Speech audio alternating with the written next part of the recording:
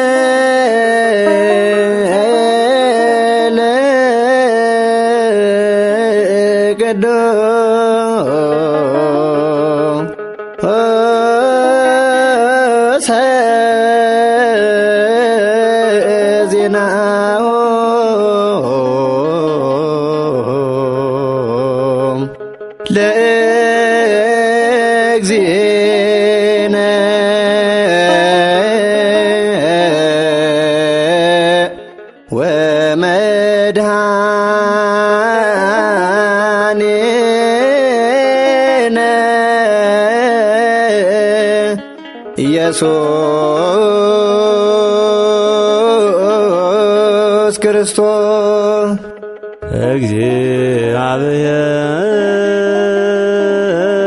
እግዚአብሔር ምስለ ኩልክሙ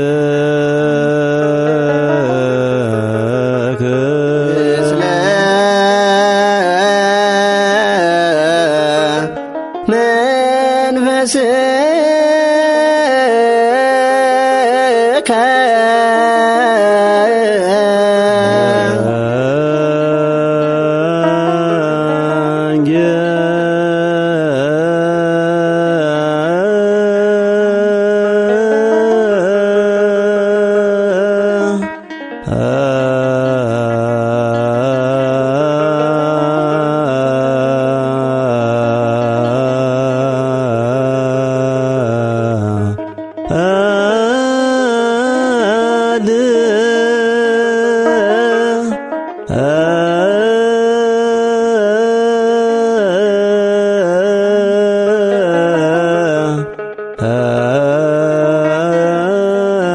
ቅዱስ ዘዜነ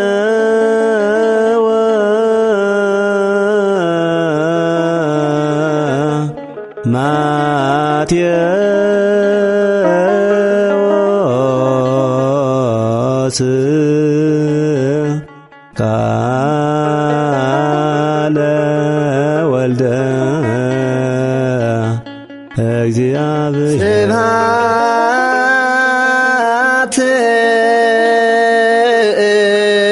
ለከ ክርስቶስ እግዚእየ ወአምላክየ ኩሎ ጊዜ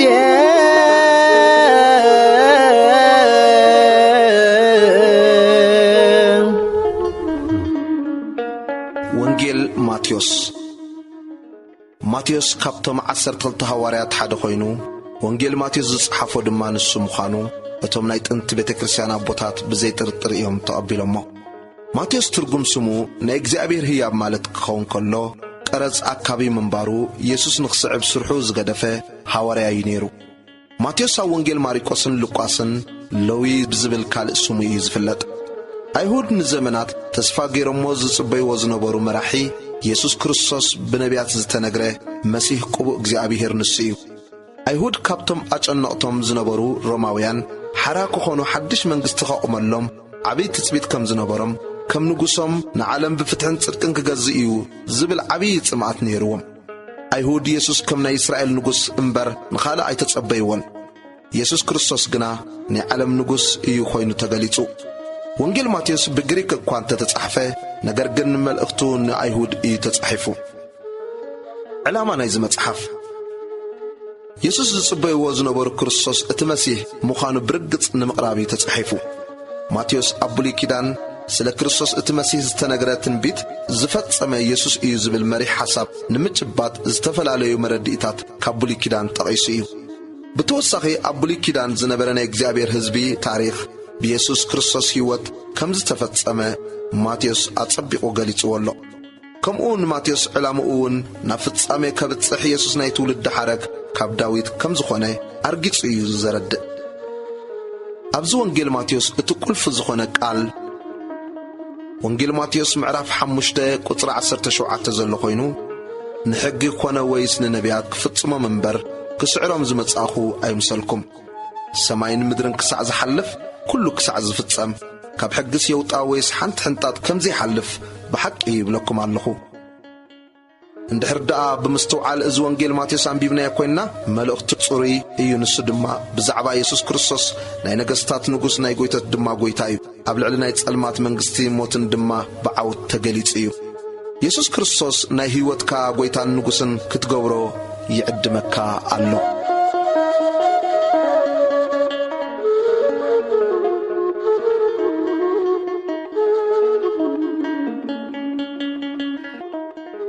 እዚ ዝረኣናዮ ድሕሪ ባይታ ናይ ወንጌል ማቴዎስ ክኸውን ከሎ ምዕራፍ 1 ቁጽሪ 1 መጽሓፍ ወለዶ ኢየሱስ ክርስቶስ ወዲ ዳዊት ወዲ አብርሃም ቁጽሪ 2 አብርሃም ንይስሐቅ ወለደ ይስሐቅ ንያዕቆብ ወለደ ያዕቆብ ንይሁዳ ንሕዋቱን ወለደ ይሁዳ ኸዓ ካብ ትዕማር ንፋሬስን ንዘራን ወለደ ፋሬስ ንኤስሮም ወለደ ኤስሮም ንአራም ወለደ አራም ንአሚናዳብ ወለደ አሚናዳብ ንናአሶን ወለደ ናአሶን ንሰልሞን ወለደ ሰልሞን ካብ ራኬብ ንቦአዝ ወለደ ቦአዝ ካብ ሩት ንኢዮቤድ ወለደ ኢዮቤድ ንእሰይ ወለደ ቁጽሪ 6 እሰይ ንንጉሥ ዳዊት ወለደ ንጉሥ ዳዊት ካብ ሰበይቱ ኡርያ ንሰሎሞን ወለደ ሰሎሞን ንሮብዓም ወለደ ሮብዓም ንአብያ ወለደ አብያ ንአሳ ወለደ አሳ ንየሳፋጥ ወለደ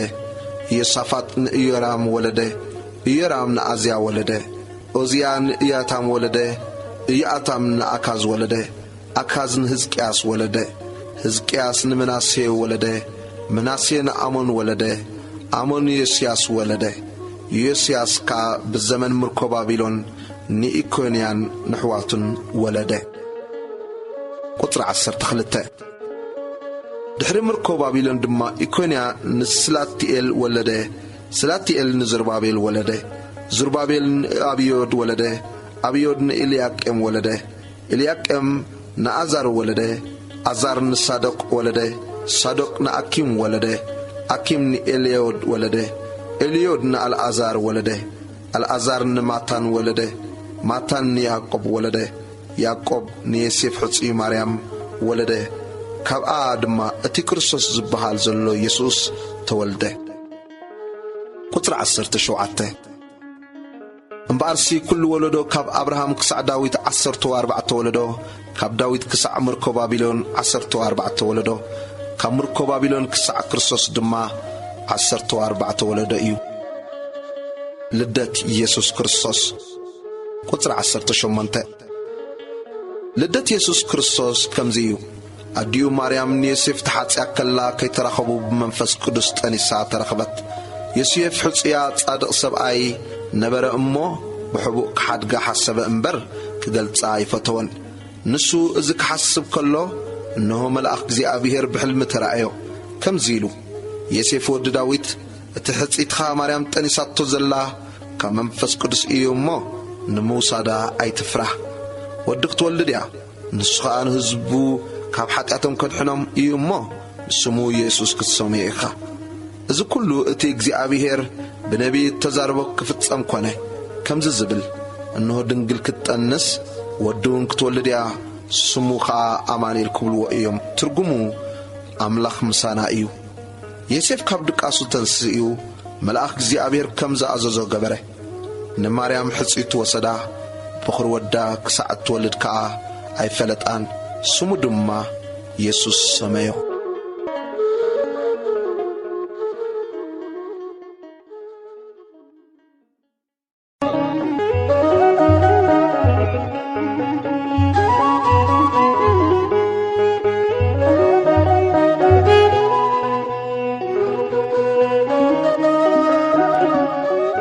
ወንጌል ማቴዎስ ምዕራፍ 2 ምምጻእ ሰብ ጥበብ ቁጥሪ 1 ኢየሱስ ብዘመን ንጉሥ ሄሮዶስ ኣብ ቤትልሔም ናይ ይሁዳ ምስ ተወልደ እነሆ ሰብ ጥበብ እቲ ተወልደ ንጉሥ ኣይሁድ ኣበይ ኣሎ ኮኸቡ ኣብ ምብራቕ ርኢና እሞ ክንሰግደሉ መጺና እናበሉ ካብ ምብራቕ ናብ ኢየሩሳሌም መጹ። ንጉሥ ሄሮዶስ ሰሚዑ ሰንበደ ኩላ ኢየሩሳሌም እውን ምስኡ። ንሱ ድማ ንኹሎም ሊቃውንቲ ካህናትን ጸሓፍትን ሕዝብን ኣኪቡ ክርስቶስ ኣበይ ዝውለድ ኢሉ ሓተቶም። ንሳቶም ከዓ ኣብቲ ቤተልሔም ምድሪ ይሁዳ ንሕዝበ እስራኤል ዝሕሉ ሽም ካባኸ ክወፅእ እዩ እሞ ካብ ሽማምንቲ ይሁዳ ከቶ ኣይትንእስን ኢኺ ጽሑፍ እዩ እሞ ኣብ ቤትልሔም ናይ ይሁዳ እዩ በልዎ። ድሕሪዚ ሄሮዶስ ንሰብ ጥበብ ብሕቡእ ጸውዖም። ካባታቶም ድማ ዘመን እቲ ተራእዮም ኮኸብ ኣጸቢቑ ተረድአ። ናብ ቤትልሔም ድማ ሰደዶም ኬድኩም ብዛዕባ እቲ ሕፃን ኣርጊጽኩም መርምሩ፣ ምስ ረኸብኩምዎ ኣነ ኸዓ መጺአ ክሰግደሉ ኣፍልጡ ንበሎም። ንሳቶም ከዓ ካብ ንጉሥ ሰሚዖም ከዱ። እነሆ እቲ ኣብ ምብራቕ ዝረእይዎ ኮኸብ ኣብ ልዕሊ እቲ ሕፃን ዘለዋ ቦታ መጺኡ ደው ክሳዕ ዝብል መርሖም። ነቲ ኮኸብ ምስ ረኣይዎ ኣዝዩ ብዙሕ ሓጐስ ተሓጐሱ። ናብ ቤት ኣትዮም ነቲ ሕፃን ምስ ማርያም ኣዲኡ ረኣይዎ። ፍግም ኢሎም ድማ ሰገድሉ። ሳጽኖም ከፊቶም ከዓ ወርቅን ዕጣንን ከርበን ገጸ በረኸት ሃብዎ። ናብ ሄሮዶስ ከይምለሱ ብሕልሚ ምስ ተረኣዮም ድማ ብኻልእ መገዲ ናብ ሃገሮም ተመልሱ። ቁጽሪ 13 ንሳቶም ምስ ሓለፉ እነሆ መልኣክ እግዚኣብሔር ንዮሴፍ ብሕልሚ ተራእዮ። ሄሮዶስ ነቲ ሕፃን ክቐትሎ ይደሊ ኣሎ እሞ ተንስእ ነቲ ሕፃንን ነዲዩን ሒዝካ ናብ ግብፂ ህደም፣ ክሳዕ ዝነግረካ ኸዓ ኣብኣ ጽናሕ በሎ። ተንሲኡ ነቲ ሕፃንን ነዲዩን ሒዙ ብለይቲ ናብ ግብፂ ከደ። እቲ እግዚኣብሔር ብነቢይ ንወደይ ካብ ግብፂ ዝጸዋዕክዎ ዝበሎ ምእንቲ ክፍጸም ድማ ሄሮዶስ ክሳዕ ዝመውት ኣብኣ ጸንሐ። ሽዑ ሄሮዶስ ሰብ ጥበብ ከም ዘላጐጽሉ ምስ ረአየ ብዙሕ ኰረየ እሞ ንኹሎም ሕፃናት ቤተልሔምን ኣብ ኩሉ ጐደቦታታ ንዝጸንሑን ካብ ሰብ ጥበብ ኣርጊጹ ብዝሓተቶ ዘመን ወዲ 2 ዓመትን ካብኡ ንታሕትን ንዘለዉ ሁሉ ኢኹ ኣቕተለ። ሽዑ እቲ ብነቢ ኤርምያስ ኣብ ራማ ድምፂ ተሰምዐ ዋይ ዋይታን ብዙሕ ብኽያትን ራሔል ስለ ደቃ በኸየት ተወዲኦም እዮም እሞ ምድባስ ኣቤት እተባሃለ ተፈጸመ። ቁጽሪ 19 ሄሮዶስ ምስ ሞተ እነሆ ኣብ ግብፂ መልኣኽ እግዚኣብሔር ንዮሴፍ ብሕልሚ ተራእዮ። እቶም ህይወት እዚ ሕፃን ዝደልዩ ሞይቶም እዮም እሞ ተንስእ ነዚ ሕፃንን ነዲዩን ሒዝካ ናብ ምድሪ እስራኤል ኪድ በሎ። ንሱ ድማ ተንሲኡ ነቲ ሕፃንን ነዲዩን ሒዙ ናብ ምድሪ እስራኤል መጸ። ኣርኬላዎስ ኣብ ክንዲ ኣቦኡ ሄሮዶስ ከም ዝነገሰ ሰሚዑ ግና ናብኡ ምኻድ ፈርሄ። ብሕልሚ ምስ ተገልጸሉ ድማ ናብ ምድሪ ገሊላ ከደ። እቲ ብነቢያት ናዝሬታዊ ክበሃል እተባሃለ ምእንቲ ክፍጸም ናዝሬት ናብ እትበሃል ዓዲ መጺኡ ተቐመጠ።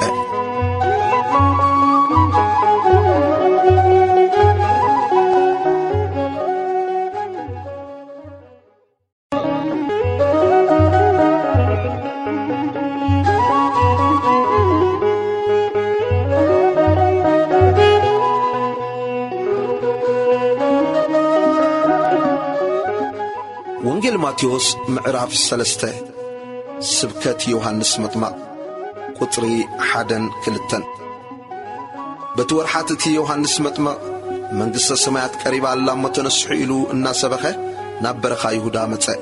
እቲ ብነቢ ኢሳይያስ ኣብ በረኻ ዝእውጅ ድምፂ ኣዋጅ ነጋሪ ጐደና እግዚኣብሔር ጽረጉ መገዱን ኣቕንዑ ኢሉ እተነግረሉ ንሱ እዩ። ክዳን ዮሐንስ ካብ ጸጕሪ ግመል ነበረ፣ ዕጣቕ ሕቑ ድማ ፈልቂ ቀለቡኻ ኣንበጣን መዓር ሰንካልን ነበረ። ሽዑ ኢየሩሳሌምን ኩላ ይሁዳን ብዘላ ሃገር ዙርያ ዮርዳኖስን ናብኡ ወጸት። ኃጢአቶም እናተኣመኑ ከዓ ኣብ ሩባ ዮርዳኖስ ብኡ ይጥመቑ ነበሩ። ካብ ፈሪሳውያንን ሰዱቃውያንን ብዙሓት ናብ ጥምቀቱ ክመጹ ምስ ረአየ ግና በሎም፣ ኣቱም ውሉዳት ማን ካብቲ ዝመጽእ ቁጥዓ ከም እትመልኩኸ መን ሓበረልኩም? እምበኣርስከ ንንስሓ ዝበቅዕ ፍረ ግበሩ።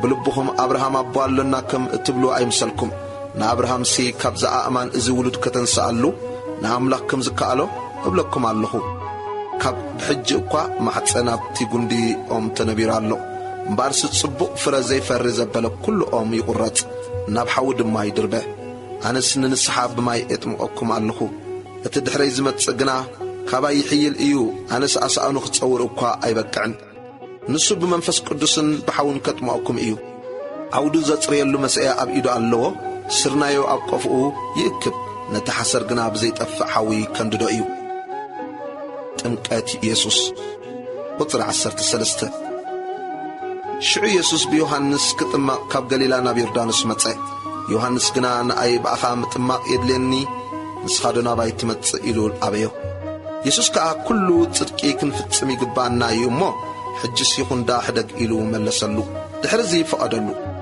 ኢየሱስ ምስ ተጠምቀ ብኡ ካብ ማይ ወፀ ኖኻ ሰማያት ተኸፍተ መንፈስ ኣምላኽ ድማ ከም ርግቢ ወሪዱ ኣብ ርእሱ ክቕመጥ ረአየ እንሆ ድማ ብኡ ዘሰመርኩ ፍቱው ወደይ እዚ እዩ ዝብል ድምፂ ካብ ሰማይ መጸ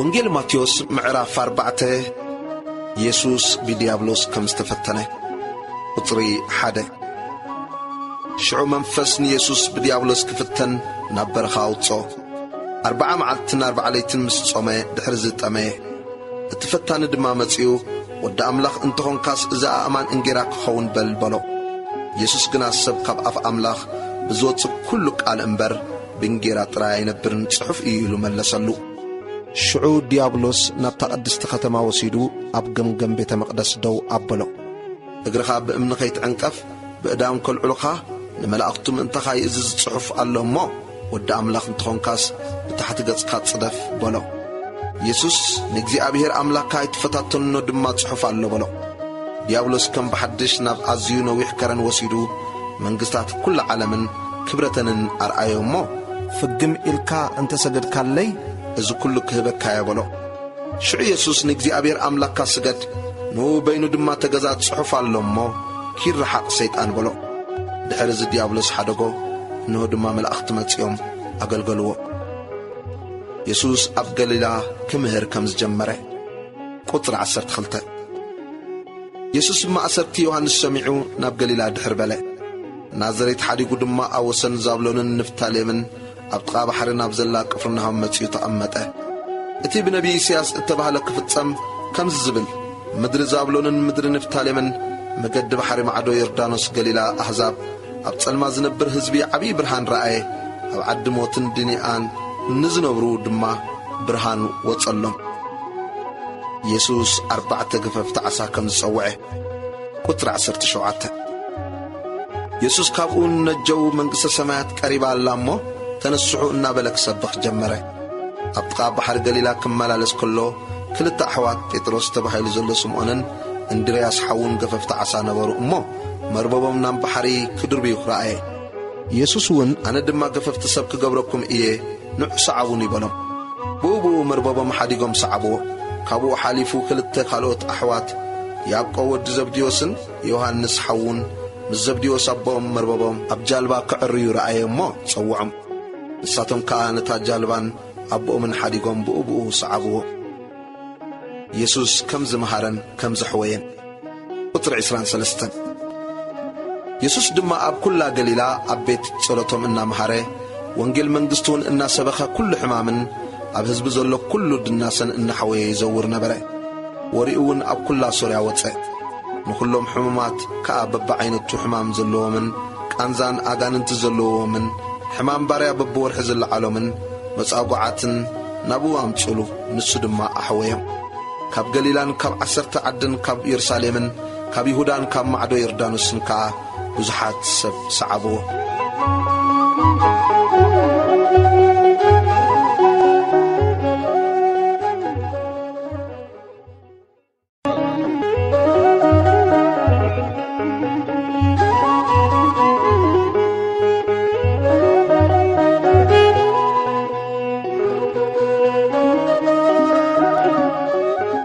ወንጌል ማቴዎስ ምዕራፍ 5 ኢየሱስ ትምህርተ ብጽዕና ከም ዝመሃረ ቁጥሪ 1 ብዙሕ ህዝቢ ምስ ረአየ ናብ ከረን ደየበ ምስ ተቐመጠ ከዓ ደቂ መዛሙርቱ ናብኡ ቀረቡ أفو كفتا كمزنا بلدما مهارم بمنفس دخاتات منقسط السمايات ناتم إيامو بطعان إيام زقوهيو متصننا عكرخ بإيام ما بطعان إيام عقالات نمدرخ ورسوا أيام ما بطعان إيام صدقي زتأمين زتأمون كتاقوا إيام ما بطعان إيام محرتي محرات كرخ بإيام ما بطعان إيام شريات اللبين أملاك رئيو إيام ما بطعان إيام قبرت سلام ولد أملاك بهالو إيام ما بطعان إيام من تصدقي زسددو منقسط السمايات ناتم إيام ما بطعان إيام انت تصرفهم انت سقوقهم من تايد ما كفو زبل بحسد انت تزارب لكم بطانيكم كموخا كرميكم لزنبور النبيات سقيقومهم يوم ما أبسمات عصبكم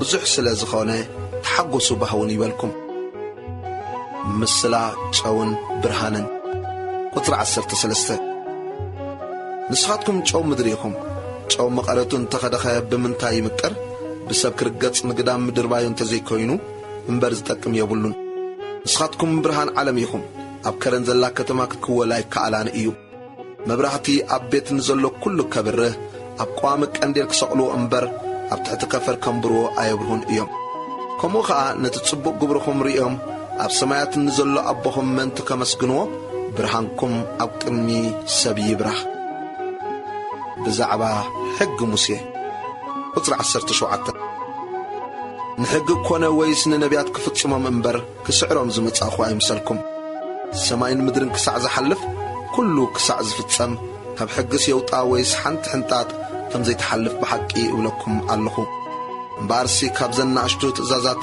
حنت زسعره كم اون نسب زمهره ام منقسط سمايات نشتو كبحال ايو نا غبره زمهر كنا نسو ام منقسط سمايات عبي كبحال ايو صدقهم كاب صدقي صحابتن فرساويانن ازيو انت زي بزحه نام منقسط سمايات كتو ايتعطون يهم الى نغركم اللهم قصري اسران حدن نتم قداموت اتي زقتله كفرد ايو اما يتقتل كم تبهل لهم سمعكم اللهم انا غنا نحوز قطع زبل كل كفرد ايو نحو اتا تخدان صرق زبلو دما ام غبايا كفردو اتا عشا زبلو نغهنم حوي كفرد ايو قبلكم اللهم باركه مباخنا مسوي انت امصاخا حوخا حزين الكام هلاوخا ابو انت حسبكا نتي مباكا ابو ابقمي مسوي حدغو كيد قدم مستحوكا تعرق دحر دما تملسكا مباخا اقرب مس مباستخا دما غنا ام منغدي كلخا قلطفكا مسو تعرق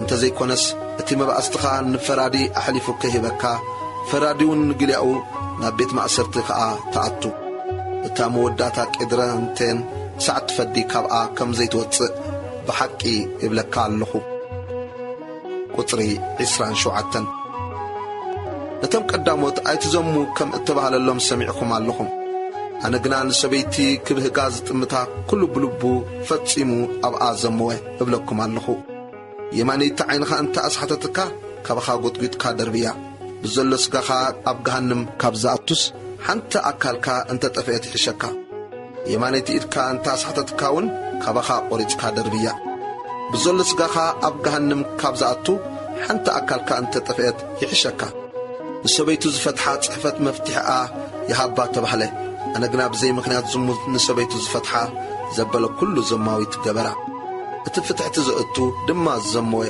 ابلكم اللخو قطر 33 دما نتم قدامت محلاخا نغزابير حبو انبر بحسوتاي تمحل كم تبحل سمعكم اللهم انا غنا ابلكم اللخو بسماي كون زفان املاخ ايمو بمدر كون مرغص اغرو ايامو بيرسالم كون كتما تعبيك نقص ايامو كتو ايتم حلو كاب صغر اسخا حنت كتصعدو ويس كتتصلم ايتخلني خامو براسخا اكوا ايتم حل نغركم سي و ايكونن دا يكون كابز زبزحه كاب تخفو ايو قطري 38 عينك عند عين السني كند سني كم اتبهله سمعكم اللهم انا غنا ابلكم اللهم نخفو ايتقاومو يماني تملتخا نزوعكا غنا تخلئتون ملسلو نتيكم اغوتكا قمشكا خاخوس زدلي اتاخدان كاون حدغلو حدا معراف نزسحبكا كلتا معراف مسوخي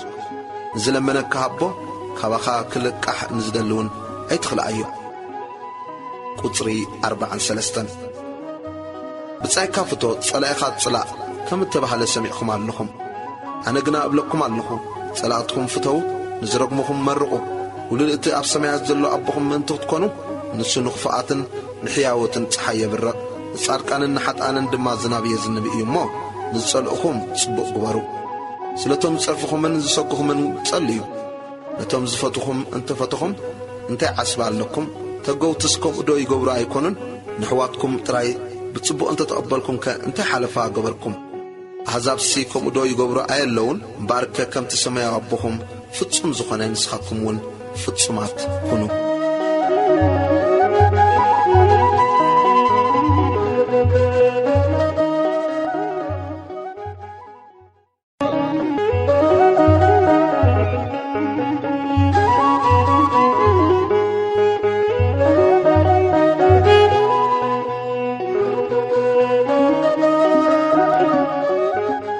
وانجيل ماتيوس معراف شدشته مصوات صلوتن صومن قطري حاده صدقهم أبكر مسمنت كتر رأيو كي تقبروا تتنقعوا انت زي كونس أبتي أب سمايات زلو أبوهم عصبية بالكمن قطري كلتا مبارك نسخاخت متصوت كاللخا كم تيتهم قبوزات بسمنت غنعدو أب أبايت صلوتن أب الداباياتن زقبروا أبكر ميخا ملغت أيتنفح عصبهم كم زوصدو بحق يبلكم الله نسخاس متصواتك بحبوك خون يتي بحبوك زري أبوها دما بقودوك خسكا كتمتصوت كلها يماني تخا تقبرو سقامي تخا يتفلطو قطري حموشته نسخاتكم كتصلي كلهم وتم قبوزات بسمنت كرأيو أباباي تصلوتن أبقراناتات من قد دو إلهم كتصلي يفوتو يممو كما تاتهم أيتخونو عصبهم كم زوصدو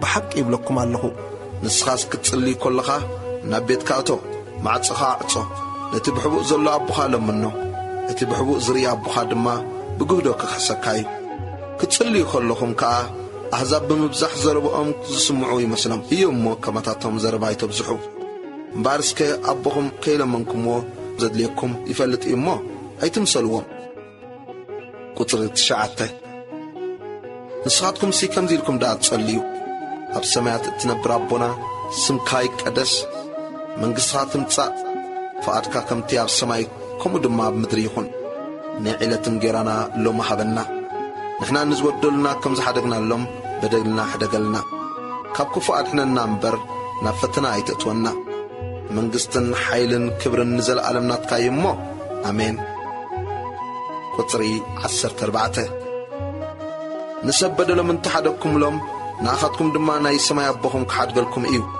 نسبد لهم تزي حدكم لهم قنا ناخذكم دما أبوهم أي حدقلكم من إيو قطري 16 كتصوموا كلكم وتم قبزات صوامت مخانم بسمن تكرأيو قطعم يتصملوا يوممو كما تاتم تملوات أي تخونوا عصبهم كم زوصدوا بحق يبلكم الله نسخاس كتصوم كلخا صواميك مخانكا بتي أبحبو زلو أبو خادا أمبر بسب ما أنت كي ترأي رأسخات لخي قصكا وانت حسب اتي بحبو زرئي أبو خاد ما بقهدوك تحسكايو سماوي حبتي قطر 19 مزقبكا أبزلو أو دما لبخالو سلازي بالعي أبزي بلعو نقز أبزي ينقزو سرقت خعيتم أبزي سرقوه أب سماي دا مزقب قبرو امبر بالعي أبز بلعو نقز أبزي ينقزو سرقت خعيتم أبزي سرقوه أمدرنا أخاكم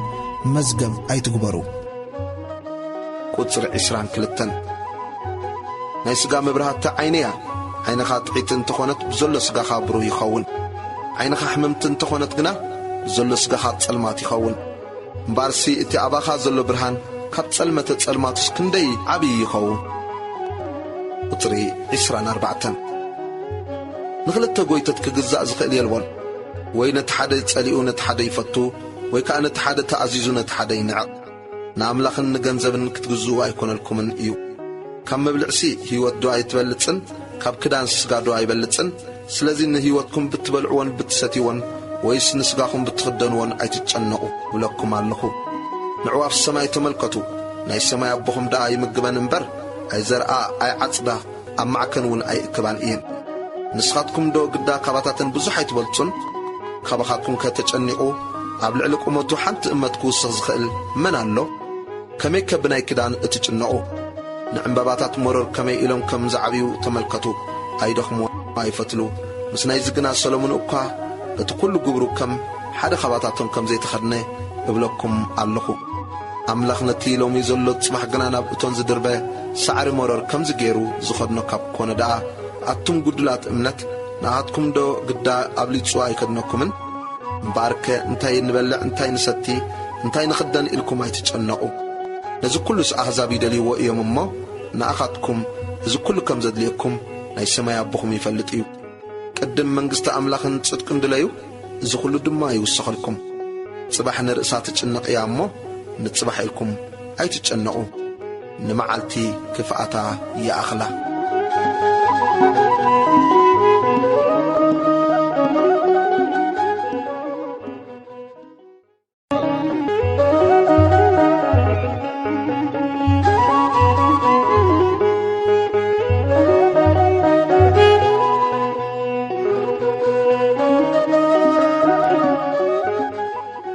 ወንጌል ማቴዎስ ምዕራፍ 7 ናትካ ከይፈለጥካ ኣብ ልዕሊ ካልኦት ዘይምፍራድ ቁጽሪ 1 ብዝፈረድኩምዎ ፍርዲ ክፍረደኩም ብዝሰፈርኩምሉ መስፈሪ እውን ክስፈረልኩም እዩ እሞ ከይፍረደኩም ኣይትፍረዱ።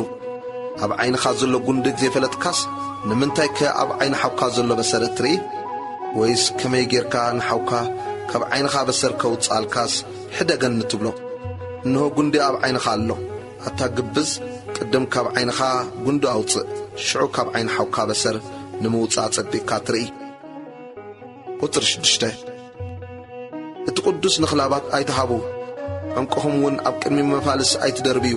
በጋሮም ከይረግጽዎ እሞ ተመሊሶም ከይትርትርኹም። ዝለመነ ኩሉ ይቕበል እዩ፣ ዝደለየ ድማ ይረክብ። ማዕጾ ኳሕኳሕ ንዘበለ እውን ይኽፈተሉ እዩ እሞ ለምኑ ይውሃበኩም፣ ድለዩ ክትረኽቡ፣ ማዕጾ ኳሕኳሕ ኣብሉ ይኽፈተልኩም እዩ። ካባኻትኩም ከ ወዱ እንጌራ እንተለመኖስ እምኒ ዝህቦ ወይስ ዓሳ እንተለመኖ ተመን ዝህቦ እንታዋይ ሰብኣይ እዩ?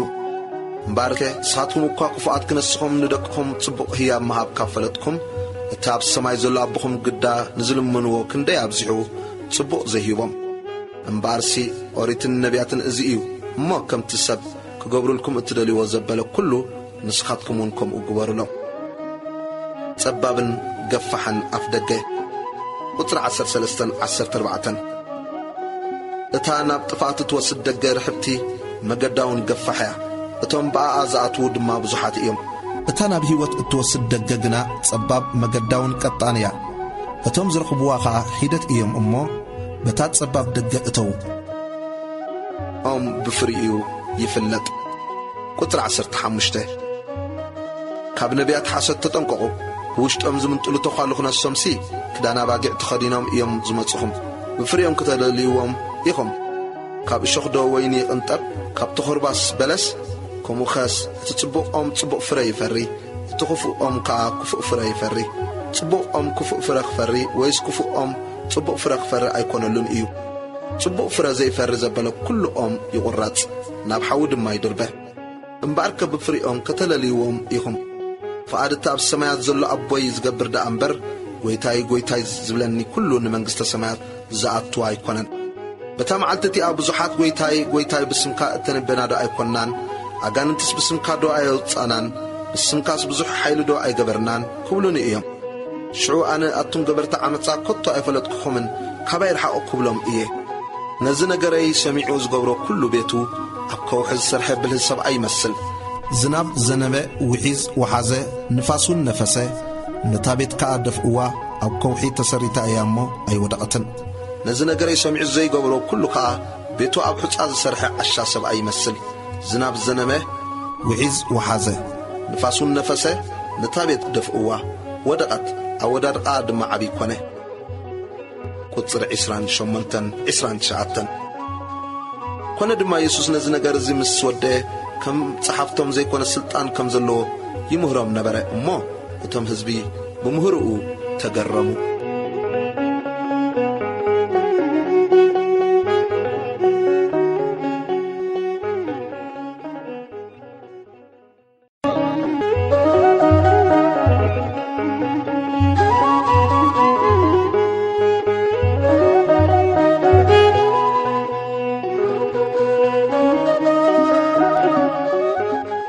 ወንጌል ማቴዎስ ምዕራፍ 8 ኢየሱስ ሓደ ለምጻም ከም ዘንጽሐ ቁጥሪ 1 ካብ ከረን ክወርድ ከሎ ብዙሕ ህዝቢ ይስዓቦ እንሆ ለምጻም መጺኡ ጐይታይ እንተ ትፈቱስ ከተንጽሐኒ ትኽእል ኢኻ እናበለ ሰገደሉ ኢዱ ዘርጊሑ ፈቲየ ኣለኹ ንጽሐ ኢሉ ተንከዮ ብኡቡ ካብ ለምጹ ነጽሐ ኢየሱስ ድማ ንሓደ እኳ ኸይትነግር ተጠንቀቕ ኪዳ ርእስኻ ንካህና ርኢ ናታቶም ንምስክር ድማ ሙሴ ዝኣዘዞ ሞባ ኣቕርብ በሎ ኢየሱስ ንወዲ ሓለቓ ሚእቲ ከም ዘሕወየ ቁጽሪ 5-6 ናብ ቅፍርናሆም ምስ ኣተወ ሓለቓ ሚእቲ ናብኡ መጺኡ ጐይታየ ቈልዓይ መጽጊዑ ኣብ ገዛይ ወዲቑ ብዙሕ ከኣ ይቑንዞ ኣሎ እናበለ ለመኖ ኢየሱስ ድማ እኔኹ መጺአ ክሕውየ እየ በሎ እቲ ሓለቓ ሚእቲ ከምዚ ኢሉ መለሰሉ ጐይታየ ኣነ ንስኻ ናብ ቤተይ ክትኣቱ ኣይበቅዕን እየ እሞ ሓንቲ ቓል ጥራይ ደኣበል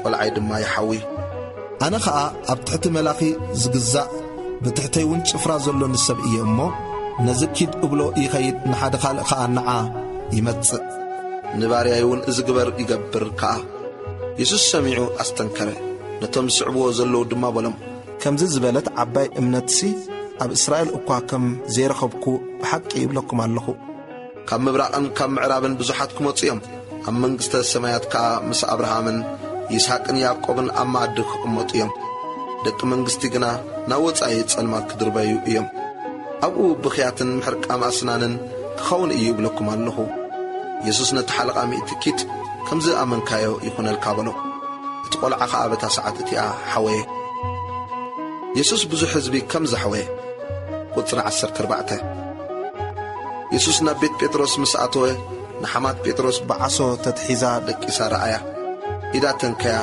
ዓሳኣ እውን ሓደገታ ተንሲኣ ኸዓ ኣገልገለቶ ቁጥሪ 16-17 ምሸት ምስ ኮነ ኣጋንንቲ ዝሓደርዎም ብዙሓት ናብኡ ኣምፁ እቲ ብነቢ ኢሳይያስ ንሱ ድኻምና ወሰደ ሕማምና እውን ጾረ ተባህለ ምንቲ ክፍጸም ብቓሉ መናፍስቲ ኣውፅአ ሕማም ንዘሎም ኩሎም ድማ ኣሕወዮም ክስዕብዎ ዝደልዩ ሰባት ቁጥሪ 18 ኢየሱስ ብዙሕ ሕዝቢ ከቢብዎ ምስ ረኣየ ንማዕዶ ክሳገሩ ኣዘዘ ሓደ ጸሓፊ መጺኡ መምህር ናብ እትኸዶ ዘበለ ኩሉ ክስዕበካ በሎ ኢየሱስ ድማ ንወኻሩ ጉድጓድ ኣለወን ንዕዋፍ ሰማይ ድማ ዘጽልላሉ ንወዲ ሰብ ግና ርእሱ ዘጸግዓሉ እኳ የብሉን በሎ ሓደ ካልእ ካብ ደቀ መዛሙርቱ ኸዓ ጐይታየ ከይደ ነቦይ ክቐብሮ ፍቓደለይ በሎ ኢየሱስ ግና ሰዓበኒ ዳ ንምውታትሲ ምውታቶም ይቕበርዎም ሕደጎም በሎ ኢየሱስ ማዕበል ከም ዘህደየ ቁጽሪ 23 ናብ ጃልባ ምስ ኣተወ ደቀ መዛሙርቱ ሰዓቦ እኖኻ ማዕበል ነታ ጃልባ ክሳዕ ዘጐልብባ ኣብቲ ባሕሪ ዓብዪ ምንዋጽ ኮነ ንሱ ግና ደቂሱ ነበረ ደቀ መዛሙርቱ ቀሪቦም ጐይታይ ጠፋእና ኣድሕነና እናበሉ ኣተንስእዎ ንሱኻ ኣቱም ጉድላት እምነት ከመይከ እትፈርሁ በሎም ሽዑ ተንሲኡ ንንፋስን ንባሕርን ገንሖም ዓብዪ ህድኣት ከኣ ኮነ እቶም ሰብ ከኣ እዚ ንፋስን ባሕርን ዝእዘዙሉስ መን ኮን ይኸውን ኢሎም ኣስተንከሩ ኣጋንንቲ ዝሓደርዎም ከም ዘሕወየ ቁጽሪ 28 ናብ ምድሪ ጌርጌሶን ምስ ተሳገሩ ኣጋንንቲ ዝሓደርዎም ክልተ ሰብ ካብ መቓብር ወፂኦም ተጓነፍዎ ንሳቶም ሓደ እኳ በታ መገዲ እቲኣ ምሕላፍ ክሳዕ ዝስእን ኣዝዮም ክፉኣት ነበሩ እንሆ ኸዓ ኢየሱስ ወዲ ኣምላኽ ምሳኻ እሞ እንታይ ኣሎና ቅድሚ ጊዜኡ ከተሳቐየና ዶ ናብዚ መጻእኻ እናበሉ ጨርሑ ካባታቶም ርሑቕ ኢሉ ብርቱዕ መጓሳ ሓሰማታት ይበልዕ ነበረ እቶም ኣጋንንቲ ድማ እተውፃና እንተኾንካስ ናብዚ መጓሳ ሓሰማታት ክንኣቱ ፍቓደልና ኢሎም ለመንዎ ንሱ ኸዓ ኪዱ በሎም ወፂኦም ድማ ናብተን ሓሰማታት ኣተው እኖ ኸዓ ብዘሎ እቲ መጓሰ ካብ ጸድፊ ነፊጹ ናብ ባሕሪ ኣተወ ኣብቲ ማይ ከኣ ኩምም በለ እቶም ጓሶት ሃዲሞም ናብ ዓዳ ኣተው በቲ ዝኾነ ኩሉን ብናይቶም ኣጋንንቲ ዝነበርዎምን ከኣ ኣውረዩ እንሆ ድማ ብዘላታ ዓዲ ንኢየሱስ ክትራኸቦ ወጸት ምስ ረኣይዎ ኸዓ ካብ ወሰን ምድሮም ከግልስ ለመንዎ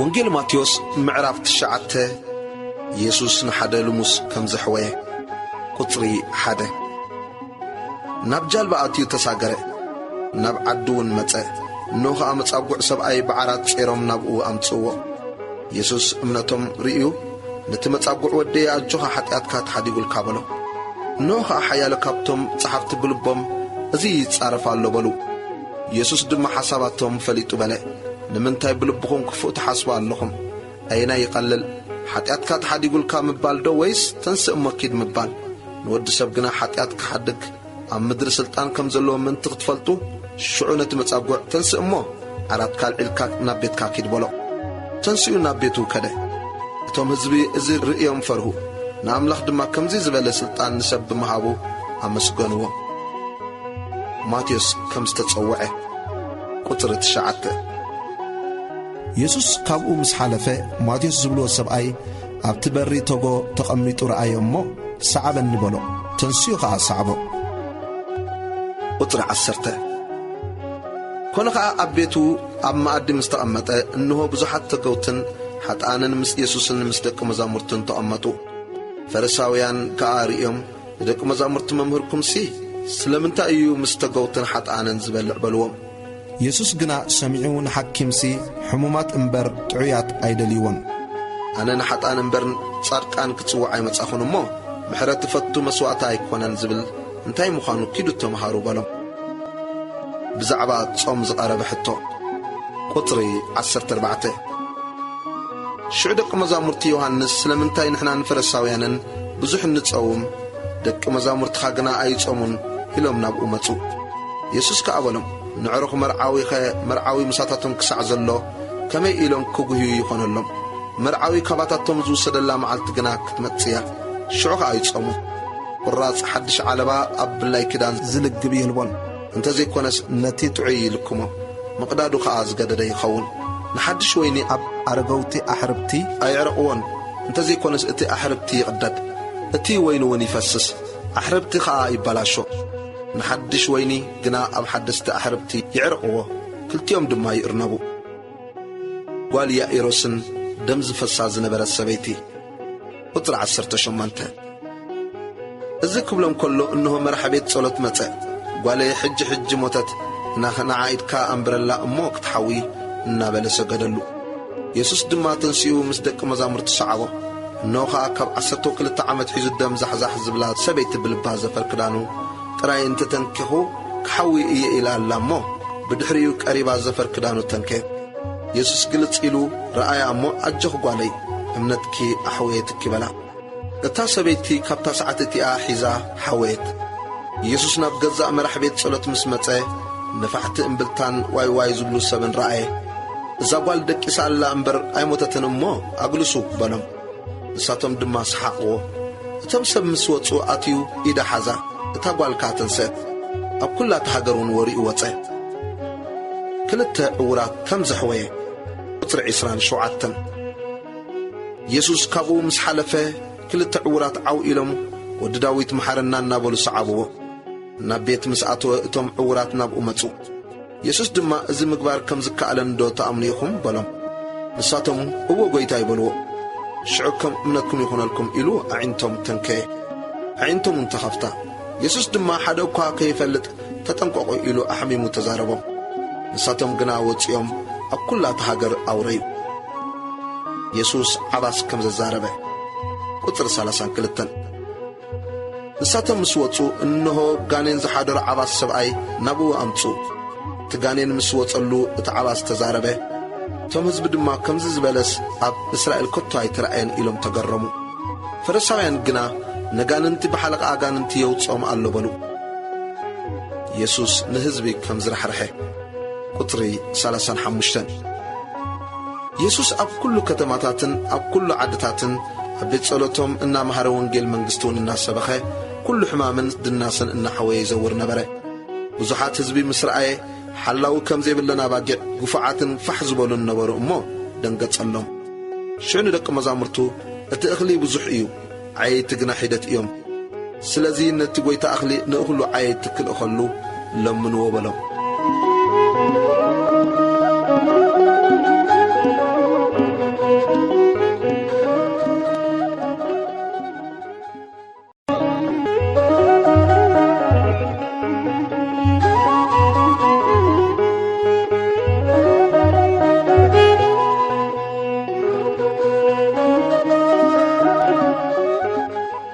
ወንጌል ማቴዎስ ምዕራፍ 10 ንሐዋርያት ከም ዝኣዘዞም ቁጽሪ 1 ንዓሰርተ ክልተ ደቀ መዛሙርቱ ጸዊዑ ንርኩሳት መናፍስቲ ከውጽዎምን ንብዘሎ ሕማምን ድናሰን ክሕውዩን ስልጣን ሃቦም። ቁጽሪ 2 ስማት እቶም 12 ሐዋርያት እዚ እዩ። ቀዳማይ እቲ ጴጥሮስ ተባሂሉ ዘሎ ስምዖን እንድርያስ ካሓዉ፣ ያዕቆብ ወዲ ዘብዴዎስ፣ ዮሐንስ ካሓዉ፣ ፊልጶስን በርተሎሜዎስን፣ ቶማስን፣ ማቴዎስ እቲ ተጋውን፣ ያዕቆብ ወዲ እልፍዮስን እቲ ታዲዮስ ተባሂሉ ዘሎ ልብድዮስን፣ ስምዖን በዓል ቃናን እቲ ዘተሓዞ ይሁዳ አስቆሮታውን። ቁጽሪ 5-6 ኢየሱስ ነዞም 12 ለኣኾም ከምዚ ኢሉ እውን ኣዘዞም። ናብተን ጥፉኣት ኣባጊዕ ቤት እስራኤል ደኣ ኺዱ እምበር ብመንገዲ ኣሕዛብ ኣይትኺዱ። ናብ ከተማ ሳምራውያን ድማ ኣይትእተዉ። ኬድኩም ድማ መንግሥተ ሰማያት ቀሪባ ኣላ ኢልኩም ስበኹ። ሕሙማት ኣሕዊዩ፣ ምዉታታት አንስኡ፣ ለምጻማት አንጽኡ፣ ኣጋንንቲ ኣውጽኡ። ብኸምኡ ተቐበልኩም ብኸምኡ ሃቡ። ወርቂ ኾነ ብሩር ኮነ ኣስራ ዝኾነ ኣብ ቅናውትኹም ኣይተቋጽሩ። ንዓያይ ምግቢ ይግቦ እዩ እሞ ስንቅን መገዲ ወይስ ክልተ ኽዳን ወይስ ኣሳእን ወይ በትሪ ኣይትምሓዙ። ቁጽሪ 11 ኣብ ዝኾነ ከተማ ወይስ ዓዲ ኣቲኹም ኣብኡ እቲ ብቑዕ መን ምዃኑ ሕተቱ። ክሳዕ እትወጹን ኣብኡ ተቐመጡ። ናብ ቤት ምስ ኣተኹም ሰላም በሉ። እታ ቤት ነዚ እትበክዕ እንተ ኾይና ሰላምኩም ይሕደራ፣ ዘይትበክዕ እንተ ኾነት ግና ሰላምኩም እናባኻትኩም ይመለስ። እንተ ዘይተቐበልኩም ድማ ወይስ ቃልኩም እንተ ዘይሰምዑ ካብታ ቤት እቲኣ ወይ ካብታ ከተማ እቲኣ ወፂኹም ተጐጓ ኣጋርኩም ንገፉ። ብመዓልቲ ፍርዲ ካብ ነታ ከተማ እቲኣስ ንምድሪ ሰዶምን ጎመራን ከም ዝቓልል ብሓቂ ይብለኩም ኣለኹ። ሐዋርያት መከራ ክቕበሉ ከም ዘለዎም። ቁጽሪ 16 እንሆ ከም ኣባጊዕ ናብ ማእኸል ተዃሉ ሰደኩም ኣለኹ። ደጊም ጠቢባን ከም ተመን፣ ገርህታት ከዓ ከም ርግብ ይኹኑ። ናብ ዋዕላ ክወስድኹም ኣብ ቤት ጸሎቶም ድማ ክገርፍኹም እዮም። ናታቶም ንሕዛብን ንምስክር ክኸውን ምእንታይ ናብ መኳንንትን ናብ ነገሥታትን ክትውሰዱ ኢኹም እሞ ካብ ሰብ ተጠንቀቑ። ኣሕሊፎም ክህቡኹም ከለዉ እንታይ ከም እትዛረቡ በታ ጊዜ እቲኣ ክወሃበኩም እዩ እሞ ከመይ ወይስ እንታይ ከም እትዛረቡ ኣይትጨነቑ። መንፈስ ኣቦኹም እዩ ኣባኻኩም ዝዛረብ እምበር ንስኻትኩም ኣይኮንኩምን እትዛረቡ። ቁጽሪ 21 ሓው ንሓው ኣቦ ኸዓ ንውሉዱ ኣሕሊፉ ንሞት ክህብ እዩ። ውሉድ ናብ ውሉዶም ክትንስኡን ክቐትልዎምን እዮም። ስለ ስመይ ከዓ ኩሉ ሰብ ክጸልኣኩም እዩ። እቲ ክሳዕ መወዳእታ ዝዕገስ ግና ንሱ ክድሕን እዩ። ካብ ሓንቲ ከተማ እንተ ሰጐግኹም ናብ ሓንቲ ካልእ እህደሙ። ወዲ ሰብ ክሳዕ ዝመጽእ ከተማታት እስራኤል ከም ዘይትውድኡ ብሓቂ ይብለኩም ኣለኹ። ንመን ምፍራህ ከም ዝግባእ። ቁጽሪ 24 ተምሃሪ ካብ መምህሩ ግልያውን ካብ ጐይትኡ ኣይበልጽን። ተምሃሪ ካብ መምህሩ ግልያውን ከም ጐይትኡ እንተኾነ ይኣኽሎ። ንበዓል ቤት ብኤል ዙቤል ካብ በልዎ ንስድራ ቤቱ ግዳ ክንደይ ኣዝዩ ብዙሕ ዘይብልዎም። እምባርስከን ዘይቅላዕ ክዱን ዘይፍለጥ ድማ ስውር የልበሉ እሞ ኣይትፍርህዎም። ኣብ ጸልማ ዝነገርክኹም ብብርሃን ተዛረብዎ። ኣብ እዝንኹም ዝሰማዕኹምዎ ከኣብ ናሕስኾንኩም ስበኽዎ። ነቲ ነፍስን ስጋን ኣብ ገሃንም ከጥፍእ ዝከኣሎ ደኣ ኣዝኹም ፍርህዎ እምበር ነቶም ንስጋ ዝቐትሉ ንነፍሲ ግና ምቕታላ ዘይከኣሎም ኣይትፍርህዎም። ክልተ ዕፍዶ ብኣሳርየ ነይሽየጣ ኣይኮናን። ሓንቲ ኻባታትን ብዘይፍቓድ ኣቦኹም ኣብ ምድሪ ኣይትወድቕን። ጸጕሪ ርእስኹም ኲለን እኳ ቝጽራት እየን። እምባርስከ ንስኻትኩም ካብ ብዙሓት ኣዕዋፍ ትበልጺኹም እሞ ኣይትፍርህዎ። ኣብ ቅድሚ ክርስቶስ እሙን ምዃን። ቁጽሪ 32 ስለዚ ኣብ ቅድሚ ሰብ ንተኣመነኒ ኲሉ ኣነ ኸ ኣብ ቅድሚ እቲ ኣብ ሰማያት ዘሎ ኣቦይ ክእሞነ እየ። ኣብ ቅድሚ ሰብ ንዝኸሓደኒ ግና ኣነ ድማ ኣብ ቅድሚ እቲ ኣብ ሰማያት ዘሎ ኣቦይ ክክሕዶ እየ።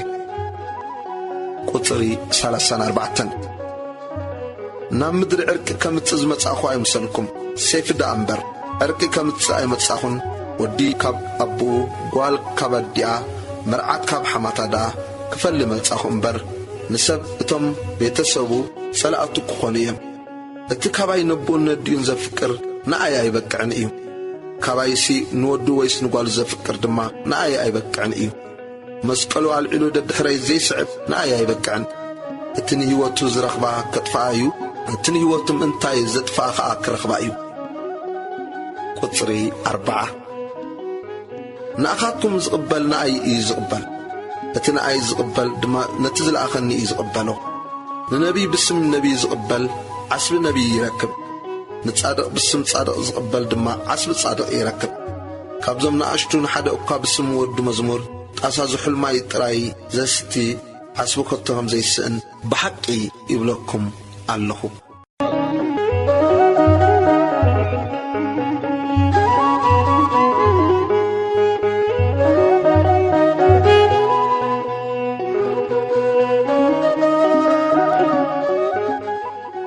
وانجيل ماتيوس معراف 11 كاب يوحنس مطمق نبي يسوس زتلاخو قطري 1 كون دما يسوسنا 10 دق مزامرتو مزازم مسوده اب كتماتاتهم كمهرن كسبخن كابو حلفه قطر 2 يوحنس سابيت ما 10 كله ورا جبري كريستوس سمعو كاب دق مزامرتو كلته ليخو اتزمتص نسخاديها ويس كالكن صبينا بلو يسوس مليسو بلم كيركم ازز تسمعون اتريوان زلهم يوحنس نغرو عورات يريو حنكاسات يخدو لم صماتي نصو صمامات يسمعو موتات يتنسو ندخاتات دما وانجيل يسبخالو بايزي انقفكا بتصي قطري شوعته نساتهم مسكدو يسوس نتم اكبات حزبي بزعبا يوحنس كبلم جمره انتي كترينا برخا وصاخم بنفاسسو زبل شام بقدو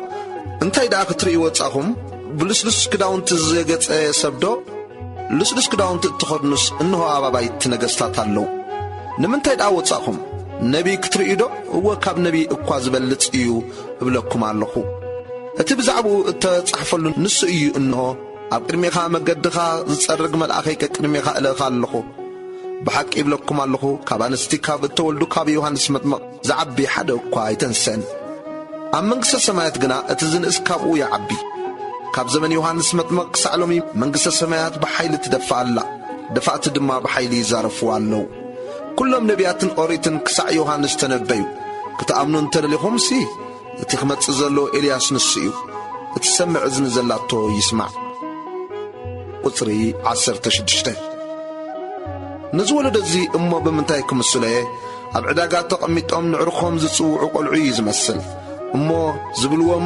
انبلتا نفحنا لكم ايسعسعكم القسنا لكم ايبخخومن يوحنس اما مصي ايبلع ايستي غانين الله يبلو ودسب مصي يبلع يست انه بلع انستاي وينن عرك تغوتن حطانن يبلو طبب دقات صدقت بزي مئمانن زتوقصا ختماتات قطري 10 دحرزي يسوس نتن بزح حيل زغبرلن كتماتات سلت زيت نسحا كنقفن جمره ويلخي كرازن ويلخي بيت سايدا زي اباخا كن تغبر حيل ابطيروسن ابسيدن انت غيرون تزخون سي قدم ما تخدينن حمخش ستنصيفن متنسحا نيرن بمعلت فردغنا خبخات كن يطيروسن سيدونان كم زقلل ابلكنا لخو اتي قفرناهم كسع السماي دول الكتبلي يخي كسع سيول كاس كتنكرارو يخي إذا أباخ تجبر قبرتات حيلي أبصدهم تجيرو أنت زخون سي كسعلومي متصنحت نيرة بمعلت فردقنا كابخص نمدر صدهم كم زقلل أبلكم علىكم نباي نعو كعرفكم قطر 25 بتاور حتى يسوس ملسه بلون وأبوي قويتا السماين مدرن إذا كاب بلهتاتنا استوعبتن سلزحب أخايو نهتصانات جناس لزقلت كايو يمسكنك كاللخو هو أبوي أبكرميخا كمو سمرتكا خوينو كاب أبوي كل توهيبنا اللو نود بجكا أبو حدو كواز فلطيلبون نبوخا أبجكا ودن اتودوخ قلت أولو زفتون زفلطيلبون أتن كلكم تتصعروا زخوا بدكمن أنا كعرفكم نباينعو أنا لو هي لبايون تحوت أرعتي فوكش صريون قليل إيو أما أرعتي تصرو كبايون تمهارو لنفسهم كعرفتو خطرخو بيخو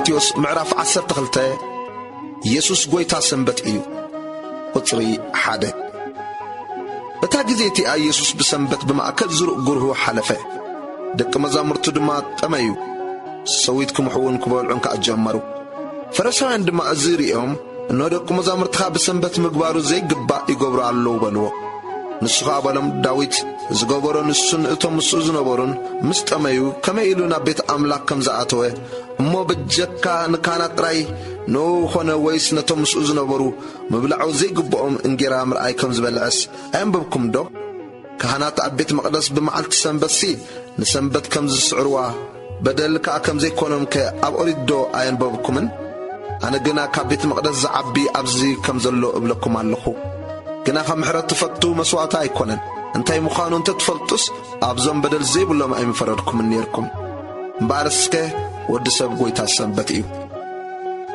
ኢዱ ዝለመሰ ሰብ ከም ዘሕወየ ቁጽሪ 9 ንሱ ካብኡ ሓሊፉ ናብ ቤት ጸሎቶም ኣተወ እነሆ ኢዱ ዝነቐጸ ሰብኣይ ኣብኡ ነበረ ምንቲ ክኸስዎ ከዓ ብሰንበት ምፍዋሱ ዶ ግቡእ እዩ ኢሎም ሓተትዎ በሎም ከዓ ካባኻትኩም ሓንቲ በጊዕ ዘላቶ እሞ ብሰንበት ኣብ ጉድጓድ እንተወደቐት ዘይሕዛን ዘየውፃን እንተዋይ ሰብ ኣሎ ካብ በጊዕሲ ሰብ ዶ ግዳዝዩ ኣይበልፅን እምበኣርሲ ብሰንበት ጽቡቕ ምግባር ግቡእ እዩ ሽዑ ነቲ ሰብኣይ ኢድካ ዘርግሕ በሎ ኢዱ ዘርግሐ ብእቡ ከዓ ሓወየት ከም ካልእታ እውን ኮነት ፈሪሳውያን ግና ምስ ወፁ ከመይ ገይሮም ከም ዘጥፍእዎ ተማኸሩ ኢየሱስ ድማ እዚ ፈሊጡ ካብኡ ኣግለሰ ብዙሓት ሰብ ድማ ሰዓብዎ ንኹሎም እውን ኣሕወዮም ከየግድዎ ድማ ኣሕሚሙ ኣዘዞም እቲ ብነቢ ኢሳያስ እተባህለ ክፍጸም ከም ዝብል እነሆ ዝሓረኽዎ ጊልያይ ነፍሰይ ዝሰመረቶ ፍታውየይ ኣብኡ መንፈሰይ ክሕድር እየ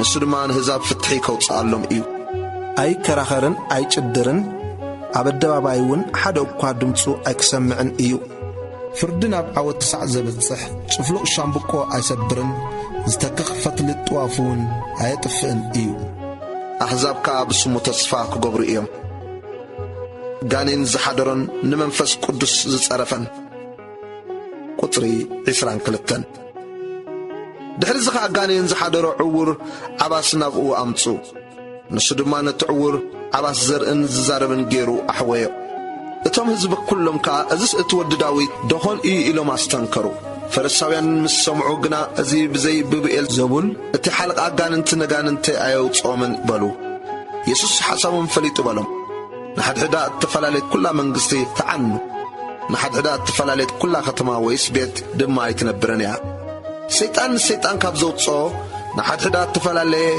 እታ መንግስቱ ደኣኸ ከመይ ኢላ ትቐውም ኣነ ነጋንንት ብብኤል ዘቡል ዘውፅኦም ካብ ኮንኩ ደቅኹም ዳ ብመን የውፅዎም ኣለዉ ስለዚ ንሳቶም ፈረዳኹም ክኾኑ እዮም ኣነ ነጋንንት ብመንፈስ ኣምላኽ ዘውፅኦም ካብ ኮንኩ ግና እንሆ መንግስቲ ኣምላኽ ናባኻትኩም መጸት ወይስ ቅድም ነቲ ሓያል ከይኣሰረ ናብ ቤት ሓያል ኣትዩ ኣቑሑኡ ክብዝብዝ ዝኽእል መን ኣሎ ድሕሪ እዚ እዩ ቤቱ ዝብዝብዝ ቁጽሪ 30 ምሳይ ዘይኮነ መቓናቕንተ እዩ እቲ ምሳይ ኮይኑ ዘይእክብ ከዓ ይዘሩ ስለዚ ንሰብ ኩሉ ሓጢኣት ይጸርፍን ዘበለ ይሕደገሉ እዩ ነቲ ንመንፈስ ዝጸረፈ ግና ኣይሕደገሉን ነቲ ኣብ ወዲ ሰብ ገለ ዘረባ ዝበለ ይሕደገሉ እዩ ነቲ ኣብ መንፈስ ቅዱስ ገለ ዘረባ ዝበለ ግና ኣብዚ ዓለም እዚኣ ኮነ ኣብታ ትመጽእ ኮነ ኣይሕደገሉን እዩ እብለኩም ኣለኹ ጽቡቕ ኦም ብፍርኡ ይፍለጥ ቁጽሪ 33 ኦም ካብ ፍርኡ ይፍለጥ እዩ እሞ ነቲ ኦም ጽቡቕ ግበርዎ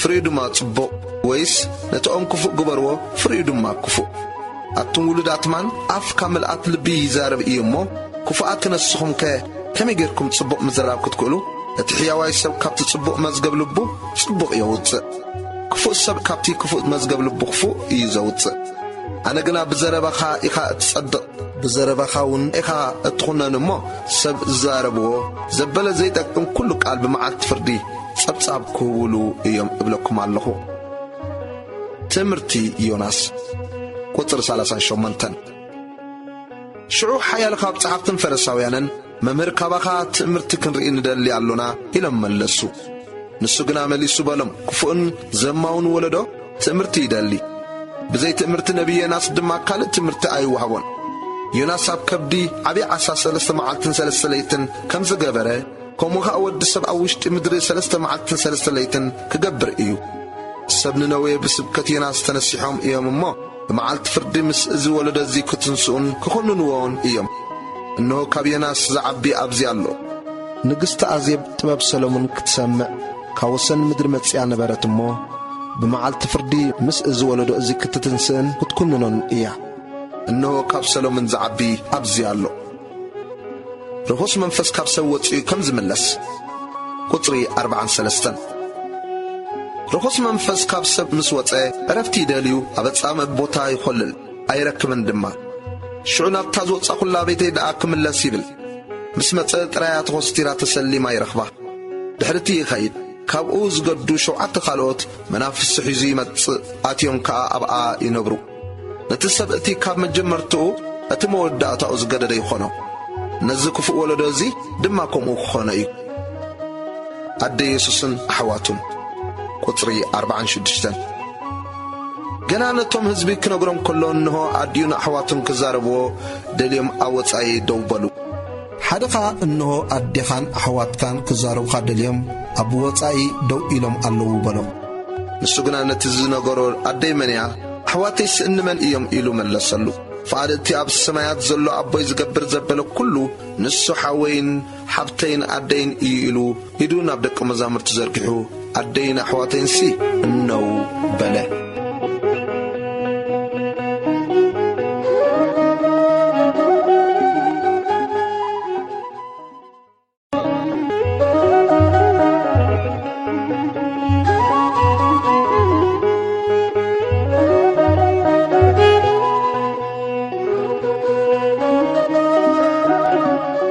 ወንጌል ማቴዎስ ምዕራፍ 13 ምስላ ዘርእን ዘራእን ቁጥሪ 1 በታ መዓልቲ እቲ ኢየሱስ ካብ ቤት ወፂኡ ኣብ ገምገም ባሕሪ ተቐመጠ።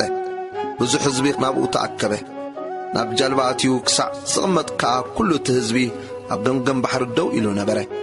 ብምስላታት ድማ ብዙሕ ነገሮም ከምዚ እናበለ እንሆ ዘርአ ክዘርእ ወፈረ። ክዘርእ ከሎ ገሊኡ ኣብ ጥቓ መገዲ ወደቐ። ዓዋፍ መፅን ድማ በልዖኦ። ገሊኡ ከዓ ብዙሕ ሓመድ ኣብ ዘይብሉ ከውሑ ወደቐ። ዓሚቕ ሓመድ ስለ ዘይብሉ ድማ ቀልጢፉ በቖለ። ፀሓይ ምስ በረቐት ሃጎገ። ሱር ስለ ዘይብሉ ድማ ነቐጸ። ገሊኡ ኣብ እሾኽ ወደቐ። እቲ እሾኽ ድማ ዓበየ ሓነቖውን። ገሊኡ ኣብ ጽቡቕ ምድሪ ወደቐ። ገሊኡ 100 ገሊኡ 60 ገሊኡ ድማ 30 ፈረየ። ትሰምዕ እዝኒ ዘላቶ ይስማዕ። ኢየሱስ ስለምንታይ ብምስላ ከም ዝተዛረበ ቁጽሪ 10 እቶም ደቀ መዛሙርቱ ድማ ናብኡ ቀሪቦም ስለምንታይ ኢኻ ብምስላት ትዛረቦም ዘለኻ በልዎ። መሊሱ በሎም ምፍላጥ ምስጢር መንግሥቲ ሰማያት ንኣኻትኩም ተዋሂቡ ኣሎ፣ ናታቶም ግና ኣይተዋህቦምን። ንዘለዎ ይውሃቦ እዩ እሞ ኣዝዩን ይውስኾ እዩ። እቲ ዘይብሉ ግና እታ ዘላቶ እኳ የግድፍዎ እዮም። እናረኣዩስ ኣይርእዩን፣ እናሰምዑውን ኣይሰምዑን፣ ኣያስተውዕሉን እዮም እሞ ስለዚ ብምስላ እዛረቦም ኣለኹ። ትንቢት ኢሳይያስ ኣባታቶም ይፍጸም ከም ዝብል በእዛኖም ከይሰምዑ ብዒንቶም ከይርእዩ ኣእዛኖም ኣጽመሙ ኣዒንቶም ዓመቱ ብልቦም ከየስተውዕሉ ከይምለሱን ኣነውን ከይሕውዮምሲ ልቢ እዚ ህዝቢ እዚ ረጒድ እዩ እሞ ምስማዕሲ ትሰምዑ ከቶ ኣይተስተውዕሉን ምርኣይውን ትርእዩ ከቶ ኣይትጥሙትን ኢኹም። ብዙሓት ነቢያት ጻድቃንን ነዚ ንስኻትኩም እትርእይዎ ዘለኹም ክርእዩ ከም እተመነዩ እሞ ከምዘይረኣዩ ነዚ ንስኻትኩም እትሰምዑዎ ዘለኹም ክሰምዑውን ከም እተመነዩ እሞ ከምዘይሰምዑ ብሓቂ ይብለኩም ኣለኹ። ኣዒንትኩም ግና ዝርእያ ኣእዛንኩምውን ዝሰምዓ እየን እሞ ብፁዓን እየን። ኢየሱስ ንምስላ ዝረአይ ከም ዝተርጎመ ቁጽሪ 18 እምበኣርሲ ንስኻትኩም ምስላ ዝረአይ ይስምዑ። ኣል መንግሥቲ ሰሚዑስ ዘየስተውዕሎ ኩሉ እቲ ክፉእ ይመጽእ እሞ ነቲ ኣብ ልቡ እተዘረአ ይምንጥሎ። እቲ ኣብ ጥቓ መገዲ እተዘረአ እዚ እዩ። እቲ ኣብ ከውሒ እተዘረአ ከዓ ነዚ ቃል ሰሚዑ ብኡብኡ ብሓጎስ ዝቕበሎ እዩ። ንሽዑ ጥራይ እዩ እምበር ሱር ግና የብሉን። ስለቲ ቃል መከራ ወይ ስደት ምስ ኮነ ብኡብኡ ይዕንቀፍ። እቲ ኣብ እሾኽ እተዘረአ ከዓ ነዚ ቃል ዝሰምዖ እዩ። ጓሂ እዚ ዓለም እዚኣን ምዕሻው ሃብትን ግና ነቲ ቃል ይሓንቆ ከይፈረየውን ይተርፍ። እቲ ኣብ ጽቡቕ ምድሪ እተዘረአ ከዓ ነዚ ቃል ሰሚዑስ ዘስተውዕሎ እዩ። ንሱ ፍረ ይፈሪ። ገሊኡ 100 ገሊኡ 60 ገሊኡ ከዓ 30 ይእቶ። ምስላ ክርዳድን ስርናይን ቁጽሪ 24 ካልእ ምስላ ድማ ከምዚ ኢሉ መሰለሎም። መንግሥተ ሰማያት ኣብ ግራቱ ጽቡቕ ዘርኢ ዝዘርአ ሰብኣይ እያ ትመስል። እቶም ሰብ ደቂሶም ከለዉ ጸላኢኡ መጸ። ኣብቲ ማእከል ስርናይ ድማ ክርዳድ ዘሪኡ ከደ። ቆጽሉ ምስ ፈርዐን ፍረ ምስ ፈርየን ድማ ሽዑ እቲ ክርዳድ ተረኣየ። እቲ በዓል ቤት ግዙኣቱ መጺኦም ጐይታየ ኣብ ግራትካስ ጽቡቕ ዘርኢ ዶ ዘሪእኻ ኣይነበርካን? እዚ ክርዳድ ደኣ ካበይ መጸ በልዎ። ንሱኻ ነዚ ጸላኢ ዝገበሮ በሎም። እቶም ግዙኣቱ ድማ ኬድና ክንኣርዮ ዶ ትፈቱ ኢኻ በልዎ። ንሱ በሎም ኣይፋልኩምን። ክርዳድ ክትኣርዩ ከለኹምሲ ምስኡ ስርናይ ከይትምሑ ክሳዕ ቀውዒ ብሓደ ይዕበዩ ሕደግዎም። ክሳዕ ቀውዒ ብሓደ ይዕበዩ ሕደግዎም። ብጊዜ ቀውዒ ከዓ ንዓጻዶ ቅድም ነቲ ክርዳድ እረይዎ ክነድድ ድማ በብእንዳእቲ እሰርዎ ነቲ ስርናይ ግና ኣብ ቆፈይ ክእክቦ ክብሎም እየ። ምስላ ኣድረን ማይ ቢሕቑን ቁጥር 31 ካለ ምስላ ከምዚ ኢሉ መሰለሎም። መንግሥተ ሰማያት ሰብ ወሲዱ ኣብ ግራቱ ዘርአ ፍረ ኣድሪ እያ ትመስል። ንሳ ኸዓ ካብ ኩሉ ካልእ ኣዝርእቲ ትንእስ ምስ በቖለት ግና ኣዕዋፍ ሰማይ መጽአን ኣብ ጨናፍራ ክሳዕ ዝዓርፋ ካብ ኩሉ ተኽሊ ኣሕምልቲ እተዓቢኦም ትኸውን። ቁጥሪ 33 ካለ ምስላውን ነገሮም መንግሥተ ሰማያት ሰበይቲ ወሲዳ ኩሉ ክሳዕ ዝበኩዕ ኣብ 3 ሳትን ሓርጭ ዝለወሰቶ ማይ ቢሕቕ ትመስል። ቁጥሪ 34 ኢየሱስ ነቶም እኩባት ህዝቢ እቲ ብነቢ ኣፈይ ብምስላ ኸፍት እቲ ካብ ምስራት ዓለም ተሓቢኡ ዝነበረ ነገር ተባሂሉ ዘሎ ምንቲ ክፍጸም ኢሉ እዚ ኩሉ ብምስላ ተዛረቦም እምበር ብዘይ ምስላስ ኣይተዛረቦምን። ትርጉም ምስላ ናይቲ ኣብ ግራት ዝበቖለ ክርዳድ። ቁጥሪ 36 ሽዑ ነቲ ኣኼባ ሓዲጉ ናብ ቤት ኣተወ። ደቀ መዛሙርቱ ከዓ ቀሪቦም ምስላ ክርዳድ ናይታ ግራት ተርጉመልና በልዎ። መሊሱ በሎም እቲ ጽቡቕ ዘርኢ ዝዘርእ ወዲ ሰብ እዩ። እታ ግራት ከዓ ዓለም እያ። እቲ ጽቡቕ ዘርኢ ድማ ደቂ መንግሥቲ እዮም። እቲ ክርዳድ ግና ደቂ እቲ ክፉእ እዮም። እቲ ዝዘርኦም ጸላኢ ከዓ ዲያብሎስ እዩ። እቲ ቋውዒ ድማ መወዳእታ ዓለም እዩ። እቶም ዓጻዶ ከዓ መላእኽቲ እዮም። ክርዳድ ተኣኪቡ ብሓዊ ከም ዝነድድ ብመወዳእታ ዓለም ከዓ ከምኡ ክኸውን እዩ። ወዲ ሰብ መላእኽቱ ክልእኽ እዩ። ንሳቶም ከዓ መዕንቀፍትን ዓመፅትን ዝበሉ ኩሎም ካብ መንግሥቲ ክእክብዎም ኣብ እቶን ሓዊ ከዓ ክድርብይዎም እዮም። ኣብኡ ብኽያትን ምሕርቃም ኣስናንን ክኸውን እዩ። ሽዑ ጻድቃን ኣብታ መንግሥቲ ኣቦኦም ከም ፀሓይ ክበርሁ እዮም። እትሰምዕ እዝኒ ዘላቶ ይስማዕ። ተቐቢሩ ዝተረኽበ ወርቅን ዕንቁን። ቁጽሪ 44 ድማ መንግሥተ ሰማያት ኣብ ግራት እተሓብአ እሞ ሰብ ረኺቡ ዝሓብኦ መዝገብ ትመስል። ብታሕጓስ ከይዱስ ዘለዎ ኩሉ ሸይቱ ነታ ግራት እትያ ዓደጋ። ቁጽሪ 45 ድማ መንግሥተ ሰማያት ጽብቕቲ ዕንቂ ዝደሊ ነጋዳይ ትመስል። ሓንቲ ኽብርቲ ዕንቂ ምስ ረኸበ ከይዱ ዘሎ ኩሉ ሸጠ እሞ ዓደጋ። ምስላ መርበብ ዓሳ። ቁጽሪ 47 ድማ መንግሥተ ሰማያት ኣብ ባሕሪ እተደርቤት እሞ ካብ ኩሉ ዓይነት ዓሳ ዝኣከበት መርበብ ትመስል። ምስ መልእት ናብ ደንደስ ኣውፅዋ። ተቐሚጦም ድማ ጸጽብኦ ኣብ ኣቑሑኦም ኣከቡ። እቲ ከክፍኡ ግና ንወፃኢ ደርበይዎ። ብመወዳእታ ዓለም ከዓ ከምኡ ክኸውን እዩ።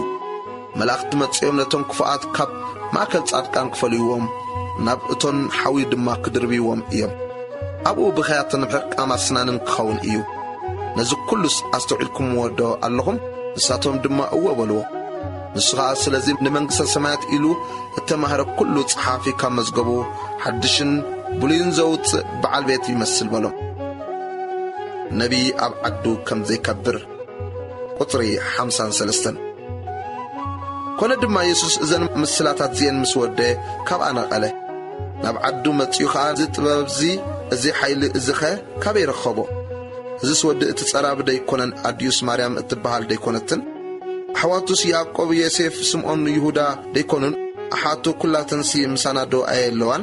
እዚ ኩሉ ደኣ ካበይ ተዋህቦ ኢሎም ክሳዕ ዝግረሙ ኣብ ቤት ጸሎቶም መሃሮም። ቁጽሪ 57 ብኡ ከዓ ተዓንቀፉ። ኢየሱስ ድማ ነቢይ ብዘይ ኣብ ዓዱን ኣብ ቤቱን ኣይነዓቕን እዩ በሎም። ብሰረዚ ምእማኖም ከዓ ኣብኡ ብዙሕ ግብርታት ሓይሊ ኣይገበረን።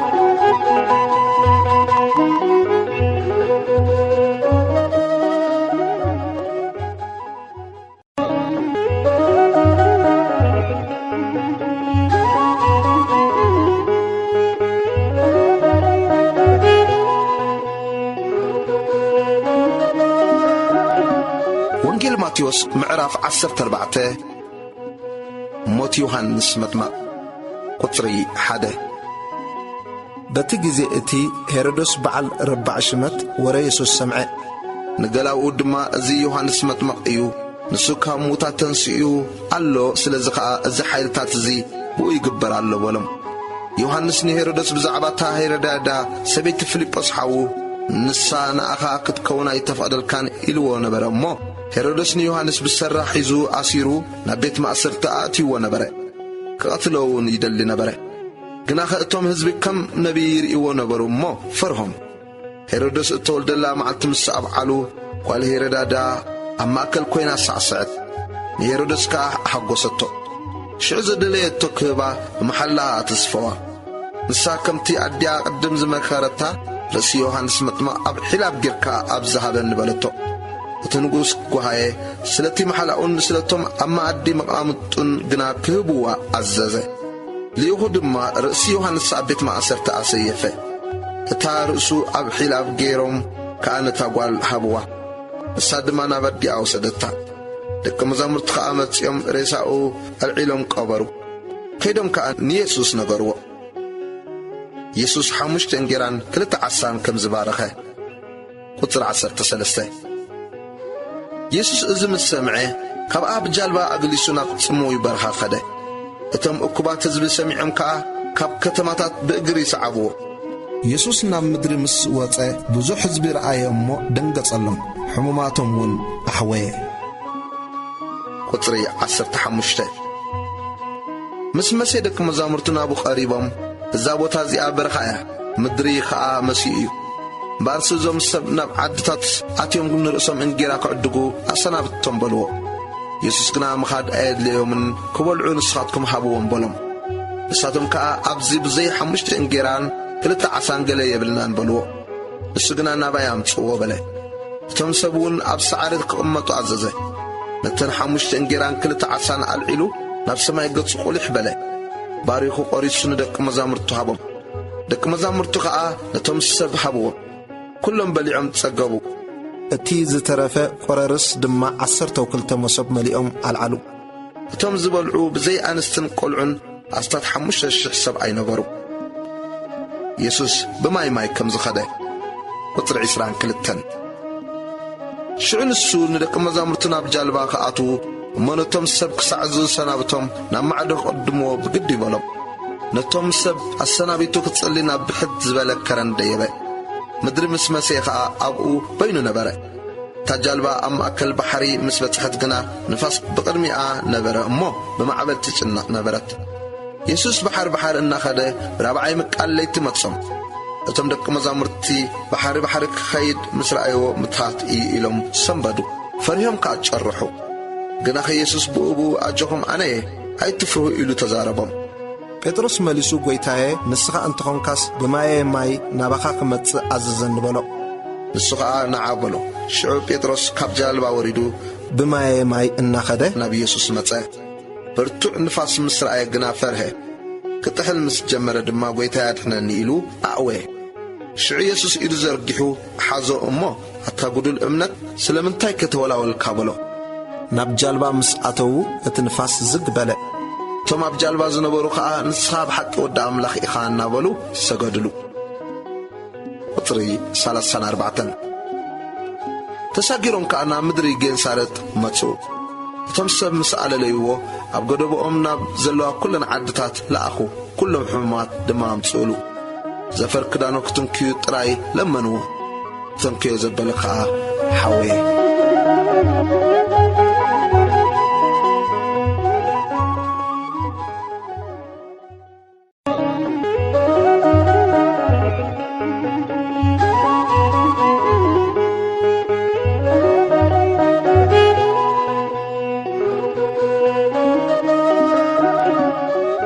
ማቴዎስ ምዕራፍ 15 ስርዓት አቦታት ክሕሉ ትእዛዝ እግዚአብሔር ዘፍርሱ ቁጽሪ 1 ሽዑ ጸሐፍትን ፈሪሳውያንን ካብ ኢየሩሳሌም ናብ ኢየሱስ መጽኦም ደቂ መዛሙርትኻ እንጌራ ክበልዑ ከለዉ ኢዶም ኣይሕጸቡን እዮም እሞ ስለምንታይ ስርዓት ዓበይቲ የፍርሱ ኣለዉ በልዎ። ንሱ መሊሱ በሎም ስለምንታይ ግዳ ንስኻትኩም ምእንቲ ስርዓትኩም ትእዛዝ ኣምላኽ ተፍርሱ ኣለኹም? ኣምላኽ ኣቦኻን ኣዴኻን ኣኽብር ድማ ነብኡ ኮነ ወኢስ ነድዩ ሕሱም ቃል ዘውስእ ሞት ይሙት በለ። ንስኻትኩም ግና ነብኡ ኮነ ወኢስ ነድዩ እቲ ካባይ እትጥቀሙሉ መባእ ገይረዮ እየ ዝብል ግዲ ምኽባር ኣቦኡን ኣዲኡን የብሉን ትብሉ። ምእንቲ ስርዓትኩም ነቲ ቃል ኣምላኽኩም ትገበርኩምዎ። ኣቱም ጉቡዛት ኢሳያስ ብዛዕባኻትኩም ጽቡቕ ተነበየ ከምዚ ኢሉ እዚ ህዝቢ እዚ ብኸናፍሩ የኽብረኒ ልቡ ግና ካባይ ርሑቕ እዩ። ትምህርቲ ትእዛዛት ሰብ እናመሃሮ ንኾንቲ እዮም ብልኹኒ። ነቶም እኩባት ሰብ ጸዊዑ በሎም ስምዑ ኣስተውዕሉ። ንሰብ እቲ ካብ ኣፍ ዝወፅእ እዩ ዘርክሶ እምበር እቲ ናብ ኣፍ ዝኣቱስ ንሰብ ኣየርክሶን። ሽዑ ደቂ መዛሙርት ቀሪቦም ፈሪሳውያን ዘረባኻ ሰሚዖም ከም ተዓንቀፉ ዝፈልጥካ ዶ በልዎ። ንሱ ግና መለሰ በለውን ናይ ሰማይ ኣቦይ ዘይተኸሎ ዘበለ ኩሉ ተኽሊ ብስሩ ክምንቆስ እዩ። ሕደግዎም ዕውራትን መራሕቲ ዕውራትን እዮም። ምዕውር ስዕውር እንተ መርሖ ክልቲኦም ኣብ ጉድጓድ ይወድቁ። ጴጥሮስ እዛ ምስላ እዚኣ ኮታ ተርጉመልና ኢሉ መለሰሉ። ኢየሱስ በለ ንስኻትኩም ውንዶ ክሳዕ ሕጂ ኣየስተውዓልኩምን? ብኣፍ ዝኣቱ ዘበለ ናብ ከብዲ ከም ዝወርድ እሞ ንግዳም ከም ዝወፅእ ዶ ኣይትፈልጡን ኢኹም? እቲ ካብ ኣፍ ዝወፅእ ግና ካብ ልቢ ዝመጽእ እሞ ንሱ እዩ ንሰብ ዘርክሶ። ካብ ልቢ ክፉእ ሓሳብ ቅትለት፣ ዝሙት፣ ምንዝር፣ ስርቂ፣ ምስክር ሓሶት፣ ጸርፊ ይወፅእ እዩ እሞ እዚ እዩ ንሰብ ዘርክሶ እምበር ብዘይተሓጽበ ኣእዳው ምብላዕሲ ንሰብ ኣየርክሶን። እምነት ሓንቲ ከነኣናዊት ቁጽሪ 21 ኢየሱስ ካብኡ ነቒሉ ናብ ወሰን ምድሪ ጢሮስን ሲዶናን ከደ። እንሆ ድማ ከነኣናዊት ሰበይቲ ካብ ወሰን እቲ ምድሪ መጸት። እናጨርሐት ድማ ጐይታይ ወዲ ዳዊት ንጓሌይ ጋኔን ብኽፉእ ሒዝዋ ኣሎ እሞ መሓረን ንበለት። ንሱ ግና ሓንቲ ቃል እኳ ኣይመለሰላን። ደቂ መዛሙርቱ ኸዓ ቀሪቦም ለድሕሬና ትጠርዓላ እሞ ኣፋንዋ ኢሎም ለመንዎ። ንሱ ግና ብዘይ ናብተን ጥፋት ኣባጊዕ ቤት እስራኤል ኣይትለኣኩን ኢሉ መለሰ። ንሳ ግና ጐይታይ ርድኣኒ እናበለት መጽያ ሰገደትሉ። ንሱ ኸዓ መለሰ እንጌራ ውሉድ ኣልዒልካ ንኽላባት መሃብ ኣይግባእን እዩ በላ። ንሳ ግና እዎ ጐይታይ ኣኽላባት ድማ ካብ ማዕዲ ጐይተቶም ዝወድቐ ርፍራፍ ይበልዑ እዮም በለ። ሽዑ ኢየሱስ ኣቲ ሰበይቲ እምነት ከዓባየ እያ ከምቲ ዝደለኽዮ ይኹነልኪ ኢሉ መለሰላ። ካብታ ሰዓት እቲኣ ጓላ ሓወየት። ኢየሱስ ብዙሓት ሕሙማት ከም ዘሕወየ ቁጽሪ 29 ኢየሱስ ካብኡ ሓሊፉ ናብ ጥቓ ባሕሪ ገሊላ መጸእ። ናብ ክረን ደይቡ ኸዓ ተቐመጠ። ብዙሓት ሰብ ድማ ሓንካሳት፣ ዕውራት፣ ጸማማት፣ ቆራያት ብዙሓት ካልኦት እውን ምሳታቶም ሒዞም ናብኡ መጹ። ኣብ ጥቓ እግሪ ኢየሱስ እውን ኣንበርዎም። ንሱ ኸዓ ኣሕወዮም። እቶም ህዝቢ ድማ ዓባሳት ክዛረቡ፣ ቆራያት ክሓውዮ፣ ሓንካሳት ክኸዱ፣ ዕውራት እውን ክርእዩ ርኦም ተገረሙ እሞ ንኣምላኽ እስራኤል ኣመስገንዎ። ኢየሱስ ን4,000 ሰባት ከም ዘጽገበ ቁጽሪ 32 ኢየሱስ ንደቂ መዛሙርቱ ጸዊዑ በሎም እዞም ህዝቢ እዚኦም 3 መዓልቲ ምሳይ ገይሮም እዮም እሞ ዝበልዕዎ ስለ ዘይብሎም የደንጉጹን ኣለዉ። ኣብ መንገዲ ከይደኽሙ ኸዓ ጸሞም ከሰናብቶም ኣይፈቱን። ደቂ መዛሙርቱ ኸዓ ኣብዚ በረኻ እዚ ደኣ ንኽንድዚ ዝኣክል ህዝቢ ዘጽግብ እንጌራ ካበይ ክንረክብ ኢና በልዎ። ኢየሱስ ድማ ክንደይ እንጌራ ኣለኩም በሎም። ንሳቶም ኳ 7 ሒደት ድማ ዓሳ በልዎ። እቶም ህዝቢ ድማ ኣብ ምድሪ ክቕመጡ ኣዘዞም። ነተን 7 እንጌራ ነቶም ዓሳን ኣልዒሉ ኣመስጊኑ ቈረሰ። ንደቂ መዛሙርቱ ድማ ሃቦም። እቶም ደቂ መዛሙርቱ ድማ ነቶም ህዝቢ ሃብዎም። ኩሎም በሊዖም ጸገቡ። ዝተረፈ ቈረርስ ድማ 7 መሶብ መሊኦም ኣልዓሉ። እቶም ዝበልዑ ኸዓ ብዘይ ኣንስትን ቈልዑን 4,000 ሰብኣይ ነበሩ። ነቶም ህዝቢ ምስ ኣሰናበተ ናብ ጃልባ ኣትዩ ናብ ወሰን መግደላ መጸ።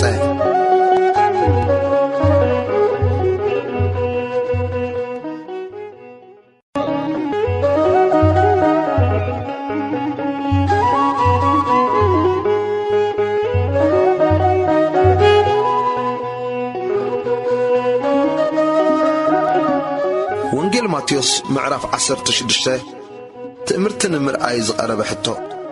قطري حاده فرساويانن صدقاويانن كفتنو مصيوم كاب سماي تمرت كريوم لمنو نسو بنا مليسو بلم مسمسي سماي قيحالومو صحيا كخون ايو تبلو مس وغخه اتي تدبانو السماي يقيحالومو لومي زناب كزنم ايو تبلو قد سماي مفلاي تفلطو تمرتي زمنات كتفليدو ايكون لكمن كفون زماون ولدو تمرتي دلي بزي تمرت نبينا سدما قال تمرتي ايو وهبون حديقوم كاكده قطر حمشته دك مزامرتو نمعدو مصو مملا انغيرا خارسعو يسوس دما كماي بيحو فرساويان صدقاويان تطنققون تارنبون بونم نساتهم غنا انغيرا سلازي تمالانا ايلوم بلبم حسبو يسوس فليتو بلم اتم غدلات امنت سلامنتا انغيرا بزي مملاخم بلبخم تحسبو اتي حمشت انغيرانا حمشت الشحكن دي مسوب كم زلعلكم دغنا تستوقلن اي تذكرونون ويس اتي شوعت انغيران 14 دما كندي مسوب كم زلعلكم اتي كماي بيحق فرساويانن صدقاويانن كترنبو زبلكم بنايم انغيرا كم زي كونكو كم زي تستوعلو ساتون كاكاب تمرتي فرساويانن صدقاويانن كرنبو انبر كماي بيحق فرساويانن صدقاويانن كرنبو كم زي بولم شعو استوعلو كريستوس ود أملاخ مخانو بطرس مسكره قطر 13 يسوس نمدر كساريانا فيليبوس مسمصه دك مزامرت سبات نود سب من يبلو يلو حتتهم نساتهم كاغليم يوحنس مطمع قالو دما إلياس غليمون إرمياس ويس حدا كاب نبيات زبلو الله إلهم ملسلو نسخا نسخاتكم كمن يتبلوني اللهكم بلب سمعون بطرس نسخا كريستوس ودهياو أملاخ إخائلو ملسلو يسوس كا مليسو بلو سمعون وديونا زيتي أب سمايا زلو أبوي إمبر سغان دمنا يقلت سلكان أمو بطو إخا أنا خا أبلكا اللهو نسخا بطرس إخا نما حبريكا بزكو حزيئة كان تصاي دقيتا سيول دما أيحيلوان مرحوتات منغستا سمايات كهبكا أيه أم مدرز أسر كايو كلو أب سماي أسر كخون إيو أم مدرز فتح كايو كلو دما أب سماي فتح كخون إيو دحرزي ندق مزامرتو نسو كريستوس مخانو نحاد أقا كي نقرو عززم يسوس بزعبا مماتن متنساون أقدمو تزاربه قطر 21 كابشعو يسوس ندق مزامرتو نبي رسالم كديب بعبيتن لدقاون تكهناتن بتصحفتن بزو حسار مكراخ تصقب كقتل بسالسيت معالتون كتنسق كنزقبقو كقلت صلم جمره بطرس كا نبينو غيرو يبال هكا ابادا غويتاي زس اي بصحكا يلو كغون حجمره يسوس قلص يلو نبيتروس كاباير حق شيطان ناي سب انبر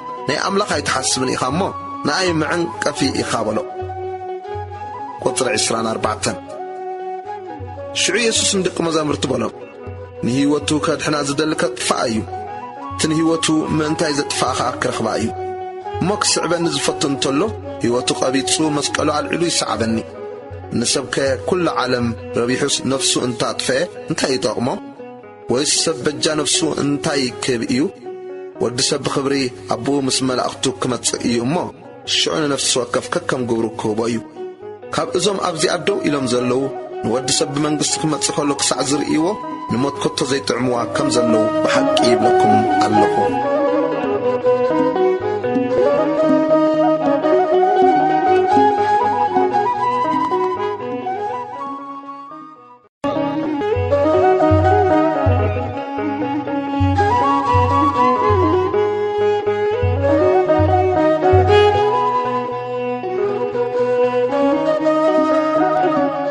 وانجيل ماتيوس معرف 17 تريت يسوس كم استلوته قطري حاده دحرش دشمعت دما يسوس نبيتروسن يعقوبن يوحنس حون وسيدن بينهم نابنو يحكرن اديبم ابقم يوم دما تريت تلوته قصو كم صحي ابره كدانون كم برهان صعدوه انه خامسين الياسن مسؤون نتزراربو ترايوم بطرس مليسون يسوس بلو ويتاين انا ابزي من بعد صبقيو فتو انتخون كاس ابزي سلسة داس كنسرح حدن اخا حدن موسى حدوني الياس غنا كزارب كله انه بروح دمنا اقل بابم انه كابت دمنا زفتو ودي بوس سمركو ازيو نو سمعو وزبل دمت سماتة ደቀ መዛሙርቱ እዚ ሰሚዖም ብግንባሮም ተደፍኡ ብዙሕ ድማ ፈርሁ። ኢየሱስ ቅርብ ኢሉ ተንከዮም ተንሱ ኣይትፍርሁውን በሎም። ንላዕሊ ገጾም ቁሊሕ እንተበሉ ብዘይ ኢየሱስ በይኑ ሓደ እኳ ኣይረኣዩን። ቁጥሪ 9 ካብ ከረን ክወርዱ ከለዉ ኢየሱስ ወዲ ሰብ ካብ ሙታት ክሳዕ ዝትንስእ እዚ ዝርኢኹምዎ ንሓደ እኳ ኣይትንገሩ ኢሉ ኣዘዞም። ደቂ መዛሙርቱ ከዓ ንምንታይ ደኣ ጸሓፍቲ ቅድም ኤልያስ ክመጽእ ይግባእ ዝብሉ ኢሎም ሓተትዎ። ንሱ ከዓ መሊሱ በሎም ብሓቂ ቅድም ኤልያስ ይመጽእ ንኹሉ ድማ የቕንዕ። ኣነ ግና እብለኩም ኣለኹ ኤልያስ ቅድሚ ሕጂ መጺኡ ከም ዝደለዮ ገበርዎ እምበር ኣያለለይዎን። ንወዲ ሰብ ድማ ከምኡ ንሳቶም ሓሳረ መከራ ከጽግብዎ እዮም። ሽዑ ደቂ መዛሙርቱ ብዛዕባ ዮሐንስ መጥመቕ ከም ዝበሎም ኣስተውዓሉ። ጋኔን ዝሓደሮ ከም ዘሕወየ። ቁጥሪ 14 ናብቲ እኩብ ህዝቢ ምስ በጽሑ ሓደ ሰብኣይ ናብኡ ቐሪቦ ይድነስኣሉ። በሎውን ጐይታየን ወደይ መሓረለይ ሕማም ባርያ በብወርሒ ይለዓሎ ሓሳር ድማ ይጽግቦ። ንሱ ብዙሕ ሳዕ ኣብ ሓዊ ብዙሕ ሳዕ ድማ ኣብ ማይ ይወድቕ እሞ ናብ ደቂ መዛሙርትኻ ኣምጽዮስ ምሕዋይ ይሰኣኑ። ኢየሱስ ግና መለሰ በለውን ኣታ ዘይእሙንን ቄናንን ወለዶ ክሳዕ መዓዝ ምሳኻትኩም ክነብር እየ? ክሳዕ መዓዝሲ ክዕገሰኩም እየ? ናብ ዝናባይ ኣምጽእዎ። ኢየሱስ ገንሖ እቲ ጋኔን ከዓ ካብኡ ወፀ። እቲ ቈልዓ ድማ ካብታ ሰዓት እቲኣ ሒዙ ሓወየ። ሽዑ ደቂ መዛሙርቱ ብሕት ኢሎም ናብ ኢየሱስ መጺኦም ስለምንታይ ደኣ ንሕና ምውፃው ዝሰኣና በልዎ። ኢየሱስ ከዓ እምነትኩም ስለ ዝጐደለት ብሓቂ ይብለኩም ኣለኹ ክንዲ ፍረ ኣድርታ ኣክል እምነት እንተኣልያትኩም ነዚ ከረን ድማ ካብዚ ናብቲ ኣግልስ እትብልዎ እሱ ከዓ የግልስ ዝሰኣነኩም እውን የልቦን። እዚ ከም ዝበለ ዓሌት ግና ብዘይ ብጾምን ብጸሎትን ኣይወፅን እዩ በሎም። ኢየሱስ ብዛዕባ ሞት ካልኣይ ጊዜ ከም ዝተዛረበ። ቁጥሪ 22 ኣብ ገሊላ ክመላለሱ ከለዉ ኢየሱስ ወዲ ሰብ ኣብ ኢድ ሰብ ክትሓዝ ኣለዎ ክቐትልዎ ብሳልሰይቲ መዓልቲ ድማ ክትንስእ እዩ በሎም። ብዙሕ ከዓ ጓሃዩ። ቁጥሪ 24 ናብ ቅፍርናሆም ምስ መጹ ግብሪ ዘውፁ ናብ ጴጥሮስ መጺኦም መምህርኩምሲ እቲ ክልተ ድሪም ግብሪ ዶ ኣይፈድን እዩ በልዎ። ንሱ ይፈድባ ኢሉ መለሰ። ናብ ቤት ምስ ኣተወ ኢየሱስ ቅዲሙ ስምዖን ነገሥታት ምድርስ ግብርን ተጉን ካብ መን ይወስዱ? ካብ ደቆም ዶ ወይስ ካብ ካልኦት? እንታይ ይመስለካ በሎ። ጴጥሮስ ካብ ካልኦት እባበለ። ኢየሱስ ከዓ ደቆም እስከ ነጻ እዮም።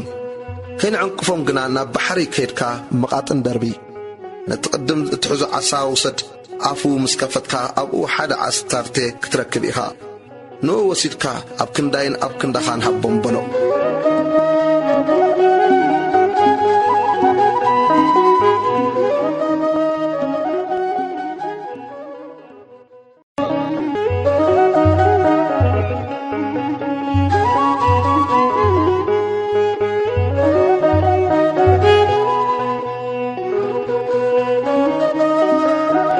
ወንጌል ማቴዎስ ምዕራፍ 18 ኣብ መንግሥተ ሰማያት መን ይዓቢ?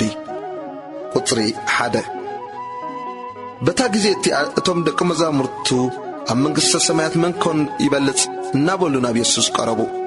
ንሱ ድማ ቈልዓ ጸዊዑ ኣብ ማእከሎም ዶ ኣበሎ።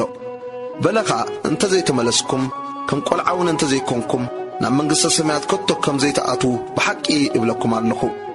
እቲ ከምዚ ቈልዓ ዝርእሱ ዘትሕት ንሱ እዩ ኣብ መንግሥተ ሰማያት ዝበልጽ። ከምዚ ዝበለ ቈልዓ ብስመይ ዝቕበል ንኣ ይቕበል።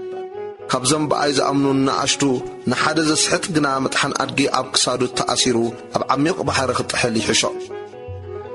ምኽንያት ፈተና። ቁጥሪ 7 መዐንቀፊ ከይመጽእ ኣይተርፍን እዩ እሞ ወይ ለኣ ንዓለም ብሰሪ መዐንቀፊ ምናዳ ነቲ ብሰሩ ስሕተት ዝመጽእ ሰብ ወይልኡ። ኢድካ ወይ እግርኻ እንተ ኣስሓተትካ ካባኻ ቈሪጽካ ደርብያ። ክልተ ኢድን ክልተ እግርን ከሎካ ናብ ናይ ዘለዓለም ሓዊ ካብ እትድርበስ ቁርጽ ወይስ ሓንካስ ኮንካ ናብ ሕይወት ምእታዊ ይሕሸካ። ዓይንኻ እንተ ኣስሓተትካ እውን ካባኻ ጐትጒትካ ደርብያ። ክልተ ዓይኒ ከለዋኻ ናብ ገሃንም ሓዊ ካብ እትድርበስ ነቋር ኮንካ ናብ ሕይወት ምእታዊ ይሕሸካ። ምኽንያት ዝጠፍአት በጊዕ። ቁጥሪ 10 ካብዞም ንኣሽቱ ንሓደ እኳ ከይትንዕቑ ተጠንቀቑ። መላእኽቶም ኣብ ሰማያት ኩሉ ሰዕ ገጽታ ኣብ ሰማያት ዘሎ ኣቦ ይርእዩ ኣለዉ እብለኩም ኣለኹ። ወዲ ሰብ ንዝጠፍአ ከድሕን መጺኡ ኣሎ እሞ እንታይ ይመስለኩም 100 በጊዕ ዘለዋ ሰብኣይ ካብአን ሓንቲ እንተጠፋኣቶ ነተን 99 ሓዲጉዶ ነታ ዝጠፍአት ክደሊና ብኣኽራን ኣይከይድን እንተረኸባ ድማ ካብተን 99 ዘይጠፋኣስ ብኣኣ ኣዝዩ ከም ዝሕጎስ ብሓቂ እብለኩም ኣለኹ ከምኡ ድማ ካብዞም ንኣሽቱ ሓደ ክጠፍእ ፍቓድ እቲ ኣብ ሰማያት ዘሎ ኣቦኹም ኣይኮነን ሓውካ እንተበደለካ ቁፅሪ 15 ሓውካ እንተበደለካ ኪድ ንስኻን ንሱን ኣብ በይንኹም ግንሓዮ እንተሰምዓካ ንሓውካ ረባሕካዮ እንተዘይሰምዓካ ግና ብኣፍ 2 ወይ 3 ምስክር ኩሉ ነገር ክጸንዕ ሓደ ወይ 2 ምስኻ ውሰድ ናታቶም እንተዘይሰምዖም ከዓ ንማሕበር ንገራ ነታ ማሕበር እንተዘይሰምዓ ግና ከም ኣረሜን ከም ተጋውን ረኣዮ ኢየሱስ ብዛዕባ ምእሳርን ምፍታሕን ከም ዝተዛረበ ቁጥሪ 18 ኣብ ምድሪ ዝኣሰርክምዎ ኩሉ ኣብ ሰማይ እሱር ክኸውን እዩ ኣብ ምድሪ ዝፈታሕክምዎ ኩሉ ድማ ኣብ ሰማይ ፍትሑ ከም ዝኸውን ብሓቂ ይብለኩም ኣለኹ 2 ወይ 3 ኮይኖም ብስመይ ኣብ ዝተኣከብሉ ኣነ ከዓ ኣብኡ ኣብ ማእከሎም እየ እሞ 2 ካብኻኩም ኣብ ምድሪ ብዝልምንዎ ነገር ኩሉ እንተተሰማምዑ ካብቲ ኣብ ሰማያት ዘሎ ኣቦይ ክወሃቦም እዩ ኢለ ከም ብሓድሽ እብለኩም ኣለኹ በደል ሓውካ ምሕዳግ ቁፅሪ 21 ሽዑ ጴጥሮስ ቅርብ ኢሉ ጎይታይ ሓወይ እንተበደለንስ ክንደይ ሳዕ ክሓድገሉ ክሳዕ 7 ዶ በሎ ኢየሱስ በሎ ክሳዕ 7 እምበር ክሳዕ 7 ሳዕ ኣይብለካን ስለዚ መንግሥተ ሰማያት ምስ ባሮቱ ክጸባጸብ ዝደለየ ንጉሥ ትመስል ክጸባጸብ ምስ ጀመረ እልፊ መኽሊት ዕዳ ዘለዎ ናብኡ ኣቐረቡ ዝፈድዮ ምስ ሰኣነ ግና እቲ ጎይታኡ ንሱን ሰበይቱን ደቁን ዘሎ ኩሉን ክሽየጥ እሞ እቲ ዕዳ ክፍዳ ኣዘዘ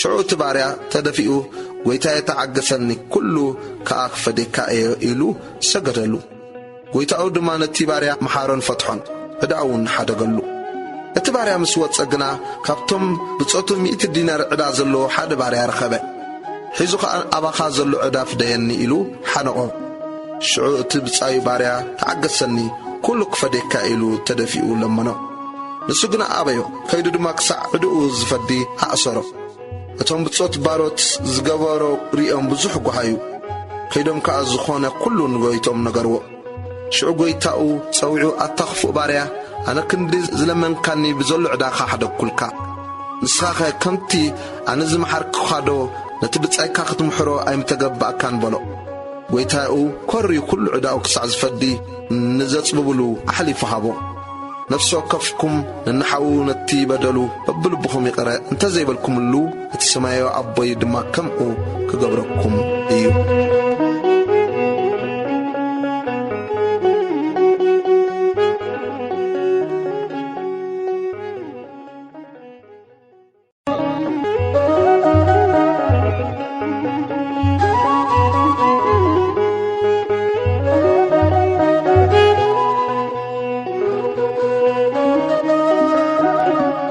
ወንጌል ማቴዎስ ምዕራፍ 19 ፍትሕ ከም ዘይግባእ ቁፅሪ 1 ኮነ ድማ ኢየሱስ እዚ ነገር እዚ ምስ ወደየ ካብ ገሊላ ነቒሉ ብስግር ዮርዳኖስ ኣቢሉ ናብ ወሰን ይሁዳ ከደ ብዙሕ ህዝቢ ሰዓቦ ኣብኡ ከዓ ኣሕወዮም ፈሪሳውያን ድማ ሰብኣይሲ እታ ሰበይቱ ብዝኾነ ምኽንያት ክፈትሓዶ ተፈቒዱሉ እዩ ኢሎም ክፍትንዎ ናብኡ መፁ መሊሱ በሎም እቲ ካብ መጀመርታ ዝፈጠረ ሰብኣይን ሰበይትን ገይሩ ፈጠሮም ድማ ምእንቲ እዚ ሰብኣይ ነብኡን ነዲኡን ይሓድግ ምስ ሰበይቱ ከዓ ይጣበቕ ክልቲኦም ሓደ ስጋ ይኾኑ ከም ዝበለዶ ኣየንበብኩምን ደጊም ሓደ ስጋ እዮም እምበር ክልተ ኣይኮኑን ነቲ ኣምላኽ ዘጋጠሞ ሰብ ኣይፍለዮ ንሳቶም ስለምንታይ ደኣ ሙሴ ጽሕፈት መፍትሒ ኣሂቦም ክፈትሕዋ ኣዘዘበልዎ ንሱ ሙሴስ ብሰረት ትሪ ልብኹም ምፍታሕ ኣንስትኹም ፈቐደልኩም ካብ መጀመርታ ግና ከምኡ ኣይነበረን በሎም ቁፅሪ 9 ኣነ ግና እቲ ንሰበይቱ ብዘይ ምኽንያት ዝሙት ዝፈትሓ ካልኡን ዘእቱ ይዝሙ እቲ ፍትሕቲ ዘእቱውን ይዝሙ እብለኩም ኣለኹ እቶም ደቂ መዛሙርቱ ስርዓት ሰብኣይን ሰበይትን ከምዚ እንተኾይኑስ ምትእትፋው ጽቡቕ ኣይኮነን በልዎ ንሱ ግና በሎም እዚ ነገር እዚ ብዘይ ነቶም እተዋሃቦም ንኹሉ ክቕበሎ ኣይኮነሉን ካብ ከርሳ ኣዲኦም ስልባት ኮይኖም እተወልዱ ኣለዉ ሰባት ዝሰለብዎም ስልባቱን ኣለዉ ምንቲ መንግሥተ ሰማያት ኢሎም ባዕሎም እተሰርሑ ስልባቱን ኣለዉ እሞ ክቕበሎ ዝኽእል ይቀበሎ። ኢየሱስ ሕፃናት ከም ዝባረኸ ቁጥሪ 13 ሽዑ ኢዱ ኣንቢሩ ክትጽልየሎም ቆልዑ ናብኡ ኣምፁ። እቶም ደቀ መዛሙርቲ ከዓ ገንሕዎም። ኢየሱስ ግና መንግሥተ ሰማያት ከምዚኣቶም ዝበሉ እያ እሞ ሕደጉ፣ ቆልዑ ናባይ ንምምጻእ ኣይትኸልክልዎም በለ። ኢዱ ኣንቢሩሎም ከዓ ካብኡ ኸደ። ሓደ ሃብታም መንእሰይ ቁጥሪ 16 እነሆ ሓደ ናብኡ ቀሪቡ ወመምህር ናይ ዘለዓለም ሕይወት ክረክብሲ እንታይ ጽቡቕ ግብሪ እግበር በለ። ንሱ ከዓ ቦሎ ንምንታይ ብዛዕባ ጽቡቕ ተሓተኒ ኣለኻ? እቲ ጽቡቕሲ ሓደ እዩ። ናብ ሕይወት ክትኣቱ እንተደሊኻ ግና እተን ትእዛዛት ሓሉ። ንሱ ኣየኖት ቦሎ። ኢየሱስ ከዓ እኒ ኣይትቕተል፣ ኣይትዘሞ፣ ኣይትስረቕ፣ ብሓሶት ኣይትመስክር፣ ኣቦኻን ኣዴኻን ኣኽብር፣ ብጻይካውን ከም ነፍስኻ ፍቶ ቦሎ። እቲ ጎበዝ እዚ ኩሉ ካብ ንእስነተይ ሒዘ እሕልዎ ኣለኹ፣ እንታይ ደኣ እዩ ዝጐድለኒ ዘሎ ቦሎ። ኢየሱስ ከዓ ፍጹም ክትከውን እንተደሊኻስ ኪድ ዘሎካ ሸጥካ ንድኻታት ሃብ፣ ኣብ ሰማይ ድማ መዝገብ ክትረክብ ኢኻ እሞ ንዓሳ ዓበኒ ቦሎ። እቲ ጎበዝ ብዙሕ ጥሪት ስለ ዝነበሮ ዘረባኡ ምስ ሰምዐ እናጓሃየ ከደ።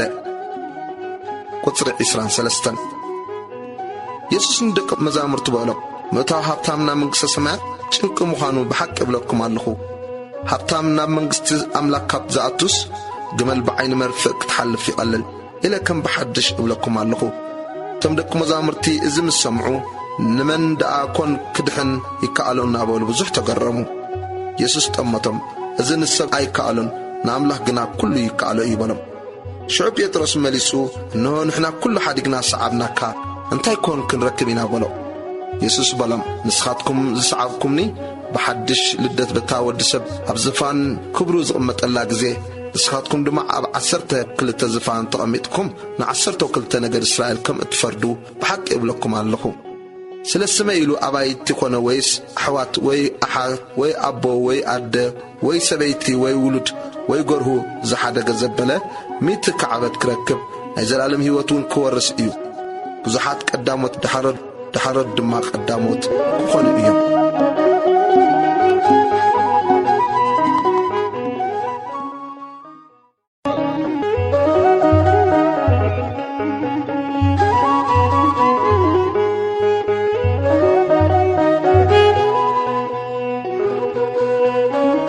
ወንጌል ማቴዎስ ምዕራፍ 20 ምስላ ሰራሕተኛታት ኣታኽልቲ ወይኒ ቁጽሪ 1 መንግሥተ ሰማያት ነታኽልቲ ወይኑ ሰብ ውዕለት ክሰማማዕ አንጊሁ ዝወፀ በዓል ቤት ትመስል። ምስቶም ሰብ ውዕለት ንመዓልቲ 1 ዲናር ምስ ተሰማምዐ ናብ ኣታኽልቲ ወይኑ ሰደዶም። ድማ ብሳልሰይቲ ሰዓት ኣቢሉ ምስ ወፀ ካልኦት ከዓ ዕዮ ዘይብሎም ኣብ ዕዳጋ ደው ኢሎም ረአየ። ንኣታቶም ከዓ ንስኻትኩም እውን ናብቲ ኣታኽልቲ ወይኒ ኪዱ እሞ እቲ ዝግባእ ክህበኩም እየ በሎም። ንሳቶም ከዓ ከዱ። ከም ብሓድሽ ድማ ብሳልሰይቲ ሰዓት ብታስዓይቲ ሰዓትን ኣቢሉ ወፂኡ ከምኡ ገበረ። ድማ ብመበል 11 ሰዓት ወፂኡ ካልኦት ደው ኢሎም ረኸበ። ንምንታይ ከም ሙሉእ መዓልቲ ብዘይ ዕዮ ኣብዚ ደው እትብሉ በሎም። ንሳቶም ውዕለት ዘውዕለና ሲኢና በልዎ። ንሱ ንስኻትኩም ድማ ናብቲ ኣታኽልቲ ወይኒ ኪዱ እቲ ዝግባእካ ትወስዱ በሎም። ምስ መሰየ እቲ በዓል ኣታኽልቲ ወይንን ንኣዛዚ ቤቱ ነቶም ሰብ ውዕለት ጸዋዓዮም ካብ ዳሕሮት ጀሚርካ ከዓ ክሳዕ እቶም ቀዳሞት ውዕለቶም ሃቦም በሎ። እቶም ሰብ መበል 11 ሰዓት ቀሪቦም ደዲናሮም ተቐበሉ። እቶም ቀዳሞት ምስ ቀረቡ ግና ዝበዝሕ ዝቕበሉ መሰሎም። ንሳቶም ከዓ ደዲናሮም ተቐበሉ። ምስ ተቐበሉ በቲ በዓል ቤት ኣዕዘምዘሙ። ነዞም ሓንቲ ሰዓት ጥራይ ዝዓየዩ ዳሕሮት ንሕና ድኻም መዓልትን ዳሃርን ዝጾርና ምሳና ኣደላድልካዮም በልዎ። ንሱ ከዓ መለሰ ንሓደ ኸባታቶም በሎ ዓርከይ ኣይዓመፅኩኻን ብሓደ ዲናር ዶ ኣይተሰማማዕኻንን ዝብፅሓካ ዳ ሒዝካ ኺድ። ነዚ ዳሕራይ ድማ ክንድትናትካ ክህቦ ፍቓደይ እዩ። ወይስ በቲ ገንዘበይ ዝደለኽዎ ክገብር ዶ ኣይትፈቕደለይን እዩ? ወይስ ኣነ ሕያዋይ ምዃነይ ዶ ዓይንኻ ቀና እያ?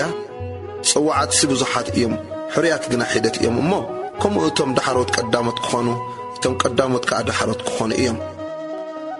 ብዛዕባ ሕማሙን ሞትን ትንሣኤኡን ሳልሳይ ጊዜ ከም ዝተዛረበ ቁጽሪ 17 ኢየሱስ ናብ ኢየሩሳሌም ክድይብ ከሎ ነቶም 12 ደቀ መዛሙርቲ ንበይኖም ናመገዲ ወሰዶም በሎም ድማ እንሆ ናብ ኢየሩሳሌም ንድይብ ኣሎና ወዲ ሰብ ከዓ ሊቃውንቲ ካህናትን ጸሓፍትን ኣሕሊፎም ክህብዎ ሞቱን ክፈርድሉ እዮም ከላግጽሉን ክገርፍዎን ክሰቕልዎን ንህዛብ ኣሕሊፎም ክህብዎ እዮም ብሳልሰይቲ መዓልቱን ክትንስእ እዩ ልማኖ ኣደ ደቂ ዘብዴዎስ ቁጥሪ 20 ሽዑ ኣደ ደቂ ዘብዴዎስ ምስ ደቃ መጸት ተደፊኣ ድማ ካብኡ ገለ ለመነት ንሱኻ እንታይ ትደሊ በላ ንሳ እዞም ክልተ ደቀይ ኣብታ መንግሥትኻ ሓደ ብየማንካ ሓደ ብጸጋምካ ክቕመጡ በልበለቶ ኢየሱስ ግና መሊሱ እትልምኑ ኣይትፈልጡን ተኣነ ዝሰትያ ጽዋዕ ክትሰትይኸ ትኽእሉ ዶ በለ ንሳቶም ከዓ ንኽእል በልዎ ንሱ ከዓ ጽዋዕሲ ክትሰትዩ ኢኹም ኣብ የማነ ጸጋመይ ምቕማጥ ግና ነቶም ኣቦይ ዘዳለወሎም እዩ እምበር ኣነ ኣይኮንኩን ዝህቦ በሎም እቶም 10 ዝሰሚዖም በቶም ክልተ ኣሕዋት ተናደዱ ኢየሱስ ከዓ ጸዊዑ በሎም ንህዛብ ሸየምቶም ከም ዝገዝእዎም ዓበይቶም ድማ ከም ዝመልክዎም ትፈልጡ ኢኹም ኣባታትኩም ግና ከምዚ ኣይኮነን እቲ ኣባታትኩም ዓብይ ምዃን ዝደልስ ግዙእኩም ደኣ ይኹን እቲ ካባታትኩም ምርኡይ ክኸውን ዝደሊ ከዓ ባርያኻትኩም ይኹን ወዲ ሰብ ድማ ከገልግልን ሕይወቱም እንት ብዙሓት በጃ ክሕልፍን እምበር ከገልግልዎ ኢሉ ኣይመጸን ክልተ ዕውራት ከም ዘሕወየ ቁጥሪ 29 ካብ ያሪኮ ክወጹ ከለዉ ብዙሓት ህዝቢ ሰዓብዎ እንሆ ድማ ክልተ ዕውራት ኣብ ወሰን መገዲ ተቐሚጦም ነበሩ ኢየሱስ ይሓልፍ ከም ዘሎ ምስ ሰምዑ ጐይታይ ወዲ ዳዊት መሓረና እናበሉ ጨርሑ እቶም ህዝቢ ግና ስቕበሉ ኢሎም ገንሕዎም ንሳቶም ከዓ ጐይታይ ወዲ ዳዊት መሓረና ኢሎም ኣዝዮም ጨርሑ ኢየሱስ ከዓ ደው ኢሉ ጸዊዑ እንታይ ክገብረልኩም ትደልዩ ኣለኹም በሎም ንሳቶም ጐይታይ ኣዒንትና ክኽፈታ በልዎ ኢየሱስ ደንጊጹሎም ኣዒንቶም ተንከ ብእቡ ረኣዩ ሰዓብዎ ድማ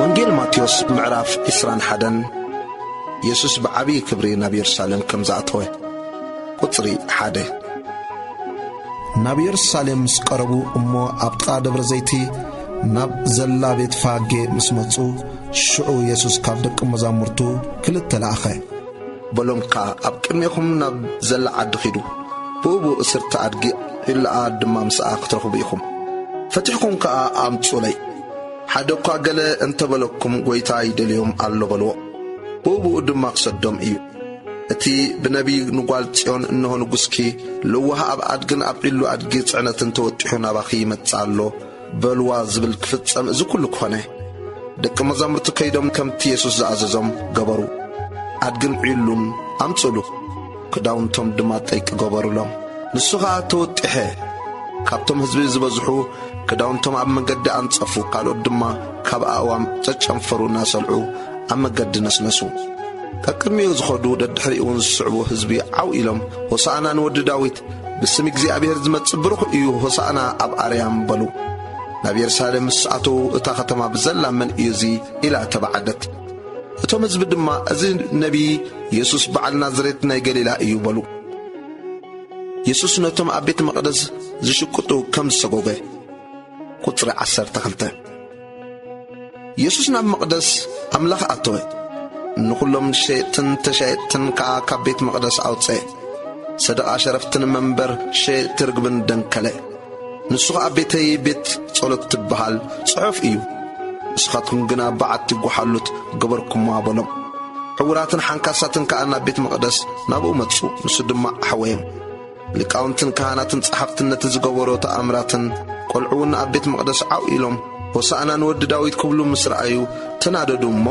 እዚኣቶም ዝብልዎስ ትሰምዖ ዶ ኣለኻ በልዎ ኢየሱስ ከዓ እወ ካብ ኣፍ ቈልዑን ሕፃናትን ምስጋና ኣዳሎኻ ዝብልሲ እኳ ዶ ኣየንበብኩምን በሎም ሓዲግዎም ናብ ወጻኢ እታ ከተማ ናብ ቢታንያ ወፀ ኣብኣ ከዓ ሓደረ ፍረ ዘይብላ በለስ ቁጥሪ 18 ንጉሆ ናብ ከተማ ክምለስ ከሎ ድማ ጠመየ ኣብ ጥቓ መገዲ ሓንቲ ኦም በለስ ርእዩ ናብ ኣከደ ቆጽል ጥራይ እምበር ሓንቲ እኳ ኣይረኸበላን እሞ ደጊም ኣባኺ ንሓዋሩ ፍራ ኣይፍረ በላ እታ ኦም በለስ ብኡቡ ነቐጸት ደቂ መዛሙርቱ ሪኦም እዛ ኦም በለስ ከመይ ኢላ ሕጅን ነቐጸት ኢሎም ተገረሙ ኢየሱስ መሊሱ በሎም እምነት እንተ ኣልያትኩም እሞ እንተ ዘይተወላወልኩም እዛ ኦም በለስ ከም ዝኾነቶ ጥራይ ኣይትገብሩን ነዚ ከረን እኳ ተንስእ ናብ ባሕሪ ውደቕ ትብልዎ እሞ ከም ዝኸውን ኣሚንኩም ብጸሎት እትልምኖ ኩሉ ከም እትረኽቡ ብሓቂ ይብለኩም ኣለኹ ስልጣን ኢየሱስ ካብ መን ከም ዝኾነ ቁጥር 23 ናብ ቤት መቕደስ ኣትዩ ክምህር ከሎ ሊቃውንቲ ካህናትን ዓበይቲ ህዝብን ናብኡ መጺኦም በየናይ ስልጣን እዚ ትገብር ኣለኻ እዚ ስልጣን እዝስ መን ሃበካ በልዎ ኢየሱስ ከዓ መሊሱ በሎም ኣነ ድማ ሓንቲ ነገር ክሓተኩም እዚኣ እንተ ነገርኩምኒ ኣነ ከዓ በየናይ ስልጣን እዚ ከም ዝገብር ክነግረኩም እየ ጥምቀት ዮሐንስ ካብ እያ ካብ ሰማይ ዶ ወይስ ካብ ሰብ ንሓድሕዶም ተዘራረቡ እናበሉ ካብ ሰማይ እንተበልናዮ ከመይ ደኣ ዝኣመንኩም ክብለና እዩ ካብ ሰብ እንተበልናዮ ግና ንዮሐንስ ኩሎም ከም ነቢይ ቆጽሩ ኣለዎ እሞ ንህዝቢ ንፈርህ ንኢየሱስ ከዓ ኣይንፈልጥን ኢሎም መለሱሉ ንሱ ድማ ኣነ ከዓ በየናይ ስልጣን እዚ ከም ዝገብር ኣይነግረኩምን በሎም ምስላ ክልተ ኣሕዋት ቁጥሪ 28 ግናኸ እንታይ ይመስለኩም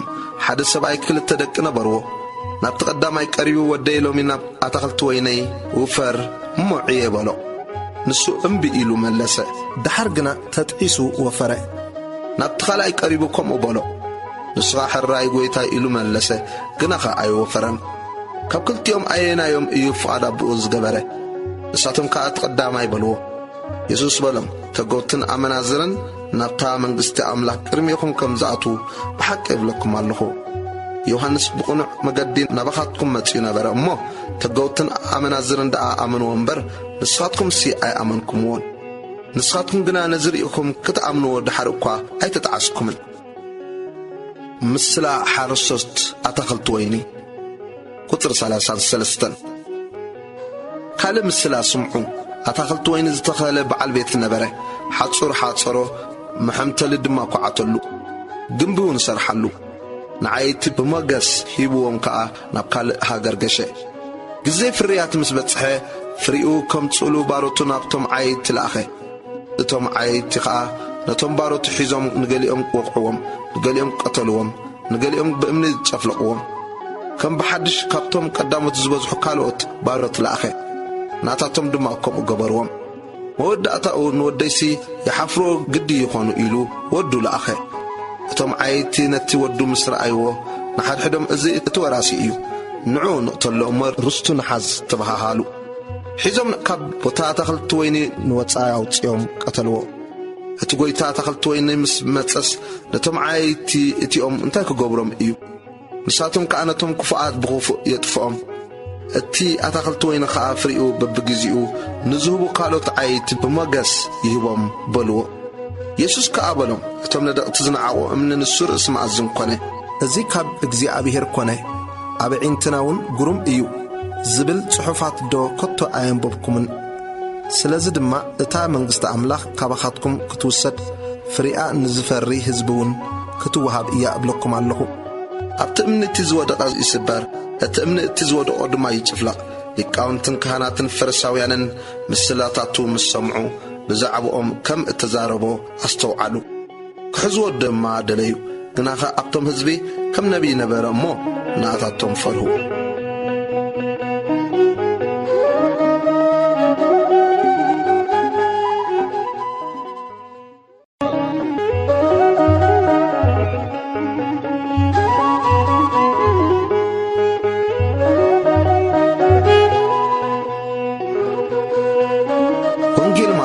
ምዕራፍ 22 መርዓ ተዓዲሞም ዝመጹን ዝኣበዩን ቁጽሪ 1 ኢየሱስ መለሰ ከም ብሓድሽ ድማ ብምስላ ከምዚ ኢሉ ነገሮም መንግሥተ ሰማያት ንወዱ መርዓ ዝገበረ ንጉሥ ትመስል ነቶም ናብ መርዓ እተዓደሙ ክጽውዑ ባሮቱ ለኣኸ ግና ከምምጻእ ኣበዩ ከም ብሓድሽ ድማ ነቶም ዕዱማት እንሆ ማዕደ ኣዳልኹ ሰባሕተይን ኣስዋረይን ሓሪደ ኩሉ ተዳልዩ ኣሎ እሞ ናብ መርዓ ንዑ በልዎም ኢሉ ካልኦት ባሮት ለኣኸ ንሳቶም ግን ኣሸለል ኢሎም ገሊኦም ናብ ግራቶም ገሊኦም ከዓ ናብ ንግዶም ከዱ እቶም ዝተረፉ ከዓ ነቶም ባሮቱ ሒዞም ኣዋርድዎም ቀተልዎም እውን እቲ ንጉሥ ተቆጥዐ ጭፍራኡ ልኢኹ ነቶም ቀተልቲ ኣጥፍዐ ከተማኦም ድማ ተኰሰ ሽዑ ንባሮቱ እቶም ዕዱማት ደኣ ዘይብቑዓት ኮይኖም እምበር መርዓስ እተዳለወ እዩ ደጊም ናብ ቀራና መንገዲ ኺዱ እሞ ንዝረኸብኩምዎ ዘበለና መርዓ ጸውዑ በሎም እቶም ባሮት እቲኦም ናብ መንገዲ ወፂኦም ንዝረኸብዎ ዘበለ ንሕሱማትን ንሕያወትን ኣከብዎም እቲ ዳስ መርዓ ብተቐማጦ መለአ እቲ ንጉሥ ነቶም ተቐማጦ ክርኢ ምስ ኣተወ ክዳን መርዓ ዘይተኸድነ ሰብኣይ ረኣየ እሞ ኣተዓርከይ ከመይ ክዳን መርዓ ዘይብልካ ናብ ዝኣቱኻ በሎ ንሱ ግና ኣጽቀጠ ሽዑ እቲ ንጉሥ ንገላውኡ በሎም ኣእዳውን ኣእጋሩን ኣሲርኩም ኣብ ናይ ወጻኢ ጸልማት ደርቢይዎ ኣብኡ ብኽያትን ምሕርቃም ኣስናንን ይኸውን ጽዋዓት ብዙሓት እዮም ሕርያት ግና ሒደት እዮም ብዛዕባ ምኽፋል ግብሪ ቁጽሪ 15 ድሕሪ እዚ ፈሪሳውያን ከይዶም ከመይ ገይሮም ብዘረባ ከም ዝጠልፍዎ ተማኸሩ ደቂ መዛሙርቶም ምስ ሄሮድሳውያን ገይሮም ከምዚ ኢሎም ለኣኹም መምህር ሓቀኛ ምዃንካ መገዲ እግዚኣብሔር እውን ብሓቂ ከም እትምህር ንፈልጥ ኣሎና ገጽ ሰብ ሪኢኻ ኣይተዳሉን ኢኻ እሞ ነዝነትን እኳ ኣይትብልን ኢኻ እንታይ መስለካ ንቄሳር ግብሪ መሃብሲ ተፈቒዱ ድዩ ወይስ ኣይፋሉን እስኪ ንገረና ኢየሱስ ክፍኣቶም ፈሊጡ ኣቱም ጉቡዛት ስለምንታይ ትፍትኑኒ ኣለኹም እቲ ወርቂ ግብሪ ኣርኢኑ በሎም ንሳቶም ከዓ ዲናራም ትጸቕሉ ንሱ ድማ እዚ መልክዑን ጽሕፈቱን ናይ መን እዩ በሎም ንሳቶም ናይ ቄሳር በልዎ ሽዑ ንሱ እምበኣርሲ ናይ ቄሳር ንቄሳር ናይ ኣምላኽ እውን ንኣምላኽ ሃቡ በሎም እዚ ምስ ሰምዑ ተገረሙ ሓዲጎምዎ ድማ ሓለፉ ብዛዕባ ትንሣኤ ሙታን ቁጽሪ 23 በታ መዓልቲ እቲኣ ትንሣኤ የልቦን ዝብሉ ሰዲቃውያን ናብኡ መጹ ከምዚ ኢሎም ድማ ሓተትዎ መምህር ሙሴ ሰብኣይ ውሉድ ከሓደገ እንትሞተ ነታ ሰበይቱ እቲ ሓዊ ይውረሳ ነቲ ሓዊ ከዓ ዘርኢ የቕመሉ በለ ኣባናኸስ 7 ኣሕዋት ነበሩ እቲ ዓብዪ ሰበይቱ ምስ ኣተወ ሞተ ውሉድ ኣይነበሮን እሞ ነታ ሰበይቱ ንሓዊ ሓደጋ ከምኡ ከዓ እቲ ኻልኣይ እቲ ሳልሳይ እውን ክሳዕ እቲ ሰብዓይ ድሕሪ ኩሎም ድማ እታ ሰበይቲ ሞተት ኩሎም ኣእትየምዋ ነይሮም እዮም እሞ ብትንሣኤ ካብዞም 7 እዚኣቶም ሰበይቲ ማኖም ክትከውን እያ ኢየሱስ መለሰ በሎም እውን መጽሓፍቲ ወይስ ሓይሊ ኣምላኽ ሰኣን ምፍላጥኩም ትጋገዮ ኣለኹም ኣብ ትንሣኤስ ከም መላእኽቲ ኣምላኽ ኣብ ሰማይ እዮም እምበር ኣየእትውን ኣየተኣታትውን ብዛዕባ ትንሣኤ ሙታት ግና እቲ ካብ ኣምላኽ ኣነ ኣምላኽ ኣብርሃምን ኣምላኽ ይስሐቅን ኣምላኽ ያዕቆብን እየ እተባህለልኩም ዶ ኣየንበብኩምን እግዚአብሔር ከስ ኣምላኽ ሕያዋን እዩ እምበር ኣምላኽ ሙታት ኣይኮነን እቶም ህዝቢ ከዓ እዚ ሰሚዖም ብትምህርቱ ተደነቑ ዓይነይቲ ትእዛዝ ተዓቢ ቁጽሪ 34 ፈሪሳውያን ድማ ኣፍ ሰዲቃውያን ከም ዝዓጸወ ሰሚዖም ብሓደ ተኣከቡ ካባታቶም ሓደ ምሁር ሕጊ ክዕዘቦ ደልዩ መምህር እታ ዓባይ ትእዛዝ ኣብ ሕጊ ዓይነይቲ እያ ኢሉ ሓተቶ ኢየሱስ ከዓ ንእግዚአብሔር ኣምላኽካ ብምሉእ ልብኻን ብኩሉ ነፍስኻን ብኩሉ ሓሳብካን ኣፍቅሮ እዚኣ እታ ዓባይን ቀዳሚትን ትእዛዝ እያ እታ ትመስላ ካልአይቲ ድማ ንብጻይካ ከም ነፍስኻ ኣፍቅሮ እያ ኣብዘን ክልተ ትእዛዛት እዚኣተን ብዘሎ ሕግን ነቢያትን ተሰቒሉ ኣሎ በሎ ክርስቶስ ወዲ መን ከም ዝበሃል ቁጽሪ 41 ፈሪሳውያን ተኣኪቦም ከለዉ ኢየሱስ ብዛዕባ ክርስቶስ እንታይ ይመስለኩም ወዲ መን ከእዩ ኢሉ ሓተቶም ንሳቶም ወዲ ዳዊት በልዎ ንሱ ከዓ ዳዊት ደኣ ጐይታ ንጐይታይ ንጸላእትኻ ኣብ ትሕቲ እግርኻ ክሳዕ ዘድርሶም ኣብ የማነይ ተቐመጥ በሎ እናበለ ብመንፈስ ከመይ ኢሉ ጐይታ ይብሎ እምበኣርሲ ዳዊት ጐይታይ ካብ ዝብሎ ከመይ ኢሉ ደኣ ወዱ ይኸውን በሎ ሓደ እኳ ቃል ክምልሰሉ ኣይከኣለን ካብታ መዓልቲ እቲኣ ከዓ ሓደ እኳ ክሓቶ ደፊሩ ብሕም ዝበለ የልቦን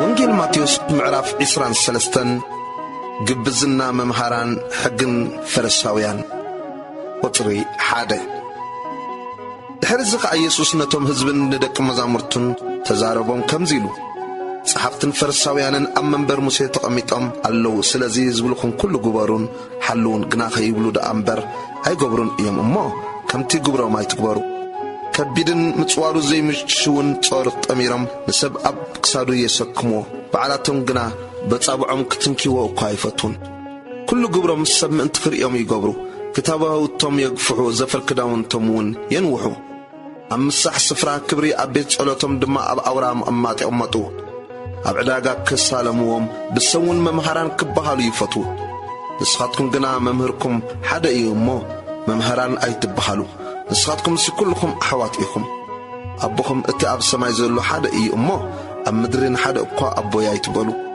مرحيكم حدا يو نسخة كريستوس يومو نسخاتكم سي مرحتي أي تبهالو أتي كابخاتكم زبال سي جزوكم يكون رؤسو زل عليك حسر رؤسو زت حتى كأ لعل كبل إيو ممهران حقن فرساويانن كم استوقسو وطرع 13 أتون قبزات صحافتن فرساويانن منقصة سمايات نسب تعطولو نرسهم أي تعطووان أتون كأتوا زدلو دما كأتوا أي تحدقوا من هم أمو ويلهم وطرع 14 أتون قبزات صحافتن فرساويانن بيت مبلتات تبلعون مخنياتون صلت تموحوا اللهم سلازي زقدد فردخت قبولي لكم أمو ويلكم قطري 15 أتون قبزات صحافتن فرساويانن حدا بيرسوليت كتقبروا بحرن مدرن تزورو مسكونا خاك عوضكم ودقهنم تقبروا لكم أمو ويلكم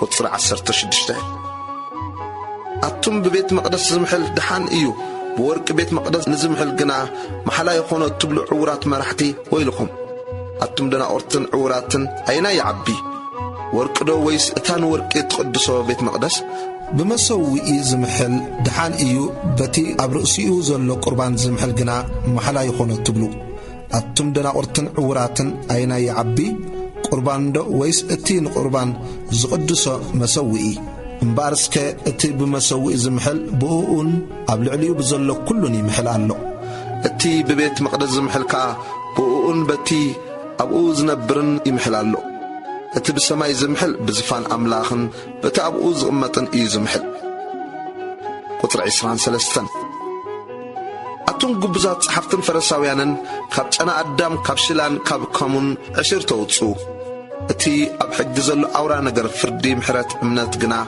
تحدقوا اللكم امو ويلكم ازي مقبار اتوون زي محداك يقبع أتون كارمات تصري قمل كأتو حتو عورات مرحتي قطر 25 أتون قبزات صحافتن فرساويانن زبان وانجا مريتن تحلن تحاصبو وشتو قنا كترن السسعن ملو إيومو ويلكم أتا عور فرساوين توانجا مريتن تحلن زبانو دما طري من تكخونسي قدمنا توشتو أطريو قطر 27 أتون قبزات صحافتن فرساويانن وصايو صبق كوينو زرعي وشتو قنا أتصنت موتاتن رخصتن زملأ لقلق مقابر تمسلو اللهم أمو ويلكم كم دمان ساتكم بالعلي نسب صادقان مسيلكم ترأيوه اتوشتهم قنا قبزنان عمسان ملؤيو قطر 29 أتون قبزات صحافتن فرساويانن مقابر نبيات تشرحو مقابر صادقانون تسلو معلكم أمو ويلكم بالزمن أبوتاتنا نيرنان تنخونسي أبتدم النبيات متتصنبرنا تبلو اللهم بارس كدك قتلت النبيات مخانكم بعل خاتكم تمسخروا اللهم اسخاتكم ون مسفر أبوتاتكم ملؤوا أتم أتمان ولد أتمن دلاي تمن كما يجيركم كافر دقهنم كتملكو سلازي إنه النبيات طيبان صحافتن الأخلكم اللهم نقاليهم تقتلون تسألون نقاليهم كأبيت صلاتكم تقرفو كعدنا بعدون تسقوا مالهم اتي كابدم أبيل صادق جميرو كسعدم اتي أمونغو بيت مقدسن مسوؤن زقتلكمو زكارياس ود براكاياس أمدرز فسس كل صادق دم أباخاتكم كبتصحيو إذا كل نزول دوزي كم زبصحو بحق يبلكم علىكم نيروساليم زتوهب سمعتا قطري 37 يروساليم أتينا نبيات التقتلين توم نباخي التلاقو بأمنة تشفلقي كمتي درهو نጫጩታ ኣብ ትሕቲ ኣኽናፋ እትእክቦም ክንደይ ክሳዕከ ንደቅኺ ክእክቦም ዘይደልኹ እሞ ኣበይኹም ደጊም ብስም እግዚኣብሔር ዝመጽእ ብሩኽ እዩ ክሳዕ እትብሉ ካብ ሕጂ ኣይክትርእዩንን ኢኹም እሞ እንሆ ቤትኩም ዓንያ ክትተርፍ እያ እብለኩም ኣለኹ።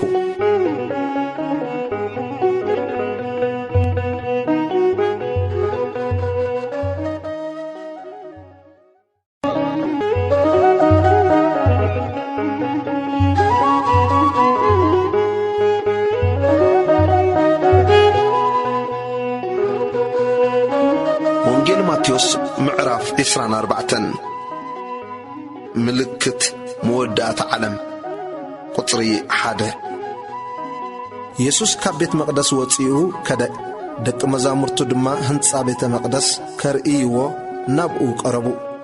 ንሱ ግና መሊሱ እዚ ኩሉስ ትርእይዎ ዶ ኣለኹም?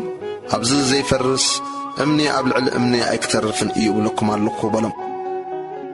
ቁጥሪ 3 ኣብ ደብረ ዘይት ተቐሚጡ ከሎ ደቂ መዛሙርቱ ብሕት ኢሎም እዚ መዓዝ ክኸውን እዩ ትእምርቲ ምምጻኻን መወዳእታ ዓለምን ከንታይ እዩ እስኪ ንገረና እናበሉ ናብኡ ቀረቡ። ኢየሱስ መሊሱ በሎም ሓደ እኳ ከየስሕተኩም ተጠንቀቑ። ኣነ ክርስቶስ እየ እናበሉ ብዙሓት ብስመይ ክመጹ እዮም እሞ ንብዙሓት እውን ከስሕቱ እዮም። ውግእን ወረውግን ክትሰምዑ ኢኹም፣ ረኣዩ ኣይትሰንብዱ። እዚ ኩሉ ክኸውን ብግዲ እዩ፣ ግና ከይ መወዳእታ ገና እዩ። ህዝቢ ናብ ህዝቢ መንግሥቱን ናብ መንግሥቲ ክለዓል እዩ። ኣብ በቦታኡ ድማ ጥሜትን ፌራን ምንቅጥቃጥ ምድርን ክኸውን እዩ። እዚ ኩሉ ግና ብመጀመርታ ኣቕልውላው እዩ። ሽዑ ንመከራ ኣሕሊፎም ክህቡኹምን ክቐትልኹምን እዮም። ብዛዕባ ስመይ ከዓ ኣብ ኩሎም ኣሕዛብ ጽሉኣት ክትኮኑ ኢኹም። ሽዑ ብዙሓት ክዕንቀፉ ንሓድሕዶም ኣሕሊፎም ክወሃሃቡ ንሓድሕዶም እውን ክትጸላልኡ እዮም። ብዙሓት ነቢያት ሓሶት ክትንስኡ ንብዙሓት እውን ከስሕቱ እዮም። ዓመፃ ስለ ዝበዝሐ ድማ ናይ ብዙሓት ፍቕሪ ክትዝሕል እያ። እቲ ክሳዕ መወዳእታ ዝዕገስ ግና ክድሕን እዩ። እዚ ወንጌል መንግሥቲ ከዓ ንምስክር ኩሎም ኣሕዛብ ኣብ ዘለዓለም ክስበኽ እዩ። ሽዑ መወዳእታ ይመጽእ። ዘስካሕክሕ መከራ ቁጥሪ 15 እቲ ብነቢይ ዳንኤል እተባህለ ናይ ጥፍኣት ርኽሰት ኣብታ ቅድስቲ ስፍራ ቆይሙ እንተርእኹም እቲ ዘንብብ የስተውዕል። ሽዑ ኣብ ይሁዳ ዘለውና በኽራን ይህደሙ። ኣብ ዝባን ናሕሲ ዘሎ ከዓ ካብ ቤቱ ገለ ክማልእ ኣይውረድ። ኣብ ወፍሪ ዘሎ ድማ ክዳኑ ክወስን ድሕሪት ኣይመለስ። እታ ቅነቲ ኣግና ንጥኑሳትን ንዝጥብዋን ወይለን ሽዑ መከራ ክኸውን እዩ። ከምኡ ዝበለ ካብ መጀመርታ ዓለም ክሳዕሎም ዘይኮነ ከቶ ድማ ዘይከውን እዩ እሞ እቲ ምህዳምኩም ብኽረምቲ ወይ ብሰንበት ከይከውንሲ ለምኑ። እተን መዓልታት እቲአን እንተዘይሓፅራስ ስጋ ዝለበሰ ኩሉ ኣይምድሓነን። መንቲ እቶም ሕርያት ግና እተን መዓልታት እቲአን ክሓፅራ እየን። ሽዑ ገለ እንሆ ክርስቶስ ኣብዚ ወይ ኣብቲ እንተበልኹም ኣይትእመንዎ። ናይ ሓሶት መሲሓትን ናይ ሓሶት ነቢያትን ክመጹ እዮም እሞ እንተትኸኣሎምሲ ነቶም ሕርያት እኳ ከስሕቱ ዓበይቲ ትእምርትን ተኣምራትን ክገብሩ እዮም። እንሆ ኣቐዲመ ነገርክኹም። እንሆ ኣብ በረኻ ኣሎ እንተበልኹም ኣይትውፁ። እንሆ ኣብ ቤት ኣሎ እንተበልኹም እውን ኣይትእመኑ። በርቂ ካብ ምብራቕ በሪቑ ክሳዕ ምዕራብ ከም ዝረአ ምጽኣት ወዲ ሰብ ከዓ ከምኡ ክኸውን እዩ። ኣብቲ ገንቢ ዘለዎ ኣሞራታት ከዓ ናብኡ ክእከቡ እዮም። ካልኣይ ምጽኣት ክርስቶስ ምልክቱን ቁጥሪ 29 ድሕሪ መከራ ታቐነቲ ኣግና ብእቡ ፀሓይ ክትጽልምት ወርሑውን ብርሃና ኣይክትህብን እያ። ከዋኽብቲ ካብ ሰማይ ክወድቁ ሓይልታት ሰማያትን ክንቀጥቅጡ እዮም። ሽዑ ትእምርቲ ወዲ ሰብ ኣብ ሰማይ ክርአ ሽዑ ድማ ኩሎም ዓሌታት ኣሕዛብ ምድሪ ክበኽዩ ንወዲ ሰብ ከዓ ብብዙሕ ሓይልን ግርማን ብደበና ሰማይ ክመጽእ ከሎ ክርእይዎ እዮም። ንመላእኽቱ ከዓ ብብርቱዕ ድሃይ መለኸት ክልእኾም ነቶም ሕርያቱ ካብቲ ሓደ ወሰን ሰማይ ክሳዕቲ ሓደ ወሰን ሰማይ ካብ ኣርባዕቲኡ ማዕዝን ንፋሳት ክእክብዎም እዮም። ቁጥሪ 32 ምስላኡ ካብ ቁምበለስ ተምሃሩ። ጨንፈራ ምስ ለምለመ ቆጽላውን ምስ ተጥዐ ክረምቲ ከም ዝቐረበ ትፈልጡ ኢኹም። ከምኡ ድማ ንስኻትኩም እዚ ኩሉ ምስ ርኢኹም ናብ ኣፍ ቤት ምቕራቡ ፍለጡ። እዚ ኩሉ ክሳዕ ዝኸውን እዚ ወለዶ እዚ ከም ዘይሓልፍ ብሓቂ ይብለኩም ኣለኹ። ሰማይን ምድርን ክሓልፍ ቃለይ ግና ኣይክሓልፍን እዩ። ንምጽኣት ጐይታ ሰዓታን ዕለታን ዝፈልጣ የልቦን። ቁጥሪ 36 ስለታ መዓልቲ እቲኣ ስለታ ሰዓት እቲኣን ግና ብዘይ ኣቦ በይኑ መላእኽቲ ሰማይ እንተኾኑ እኳ ወይስ ወዲ ዝፈልጣ የልቦን። ከምቲ ብዘመን ኖህ ዝኾነ ምጽኣት ወዲ ሰብ ከዓ ከምኡ ክኸውን እዩ። ከምቲ ብቕድሚ ማይ ኣይሂ ዝነበረ ክሳዕታ ኖህ ናብ መርከብ ዝኣተወላ መዓልቲ ይበልዑን ይሰትዩን የእትውን የተኣታትውን ነበሩ እሞ ማይ ኣይሂ መጺኡን ንኹሉ ክሳዕ ዘጥፍእ ኣይፈለጡን። ምጽኣት ወዲ ሰብ ድማ ከምኡ ክኸውን እዩ። ሽዑ ክልተ ኣብ ግራት ክኾኑ እዮም። እቲ ሓደ ክውሰድ እቲ ሓደ ከዓ ክሕደግ እዩ። ክልተ ኣንስቲ ኣብ መጥሓን ክጥሕና እየን። ሓንቲ ክትውሰድ ሓንቲ ድማ ክትሕደግ እያ። ስለዚ ጐይታኹም በየነይቲ ሰዓት ከም ዝመጽእ ኣይትፈልጡን ኢኹም እሞ ንቑሑ ግና ኸፍለጡ። በዓል ቤት ነታ ሰራቕ ዝመጸላ ጊዜ እንተ ዝፈልጣስ መነቕሐ ቤቱ ክትኳዓት ከላው ንስቕ ኣይመበለን። ስለዚ ወዲ ሰብ ብዘይሓሰብኩምዋ ጊዜ ክመጽእ እሞ ንስኻትኩም ድማ እተዳለኹም ኩኑ። እሙንን ዘይእሙንን ኣገልጋሊ ቁጽሪ 45 እቲ ጐይታኡ ምግቦም በብግዚኡ ክህቦም ኢሉ ኣብ ስድራ ቤቱ ዝሾሞ እሙን ኣስተውዓሊ ባርያ መን ኮን እዩ? ጐይታኡ ክመጽእ ከሎ ከምዚ እናገበረ ዝረኽቦ ባርያ ብፁዕ እዩ። ኣብ ኩሉ ገንዘቡ ከም ዝሾሞ ብሓቂ ይብለኩም ኣለኹ። እቲ ክፉእ ባርያ ግና ብልቡ ጐይታየ ድንጉይ እዩ እንተበለ ነቶም ብጾቱ ባሮት ምውቋዖም ይጅምር፣ ምስቶም ሰኸርቱን ይበልዕን ይሰትን። ጐይታ እቲ ባርያ እቲ ንሱ ብዘይተጸብያ መዓት ብዘይፈለጣ ጊዜውን ክመጽእ እዩ። ኣብ ክልተ ክጭንድሖ ዕድሉ ድማ ምስ ግቡዛት ክገብሮ ኣብኡ ከዓ ብኽያትን ምሕርቃም ኣስናንን ክኸውን እዩ።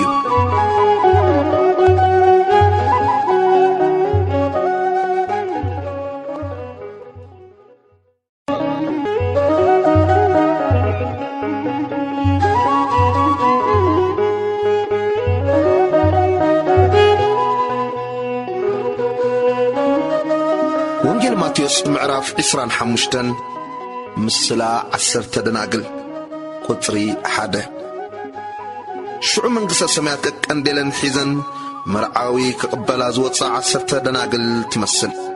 ከባታተን ከዓ እተን 5 ዓያሹ እተን 5 ግና ለባማት እየን። እተን ዓያሹ ቀንዴለን ወሲደን ዘይቲ ኣይተማልአን። እተን ለባማት ግና መምስ ቀንዴለን ዘይቲ ኣብ ጥነአን ተማልአ። መርዓዊ ምስ ደንጌ ግና ኩለን ተኽስ በላ ደቀሳውን። ፍርቂ ለይቲ ግና ጭራሕ ምራሕ ኮነ ኖ መርዓዊ ክትቅበላ ውፃ። ሽዑ እተን ደናግል ኩለን ተንስአን ቀንዴለን ኣዳለዋ። እተን ዓያሱድ ነተን ለባማት ቀነዲልና ክጠፍእ ኢሉ እሞ ካብ ዘይትኽን ሃባና በለአን። እተን ለባማት ከዓ ኣይፋልናን ንኣናን ንኣኻትክን እንተዘይኣኸለኸ ናብቶም ዝሸጡ ዳኣኪዳ እሞ ንርእስኽን ዓድጋ ኢለን መለሳለን። ክዕድጋ ምስ ከዳ እቲ መርዓዊ መጸ። ተን ተዳልየን ዝጸንሓ ምስኡ ናብ መርዓ ኣተዋ። ማዕጾ ድማ ተዓጽወ። ድሓር እተን ዝተረፋ ደናግል መጺአን ጐይታይ ክፈተልና ኮታ በላ። ንሱ ግና መሊሱ ብሓቂ ብለክን ኣለኹ ኣይፈልጠክንን እየ በለን። እምበኣርሲ እታ ወዲ ሰብ ዝመጸላ መዓልትን ሰዓትን ኣይትፈልጡን ኢኹም እሞ ንቑሑ። ምስላ መኽሊት ቁጽሪ 14 መገሻ ከም ዝደለየ ሰብ እሞ ንገላውኡ ጸዊዑ ገንዘቡ ዝሃቦም እዩ። ነፍሲ ወከፎም ከከም ዓቕሞም ንሓደ 5 መኽሊት ንኻልኣይ 2 ነቲ ሳልሳይ ድማ 1 ሂብዎም ገሸ። እቲ 5 መኽሊት ዝወሰደ በኣ ከይዱ ብኡኡ ነገደ 5 ካልእ መኽሊት ድማ ወሰኸ።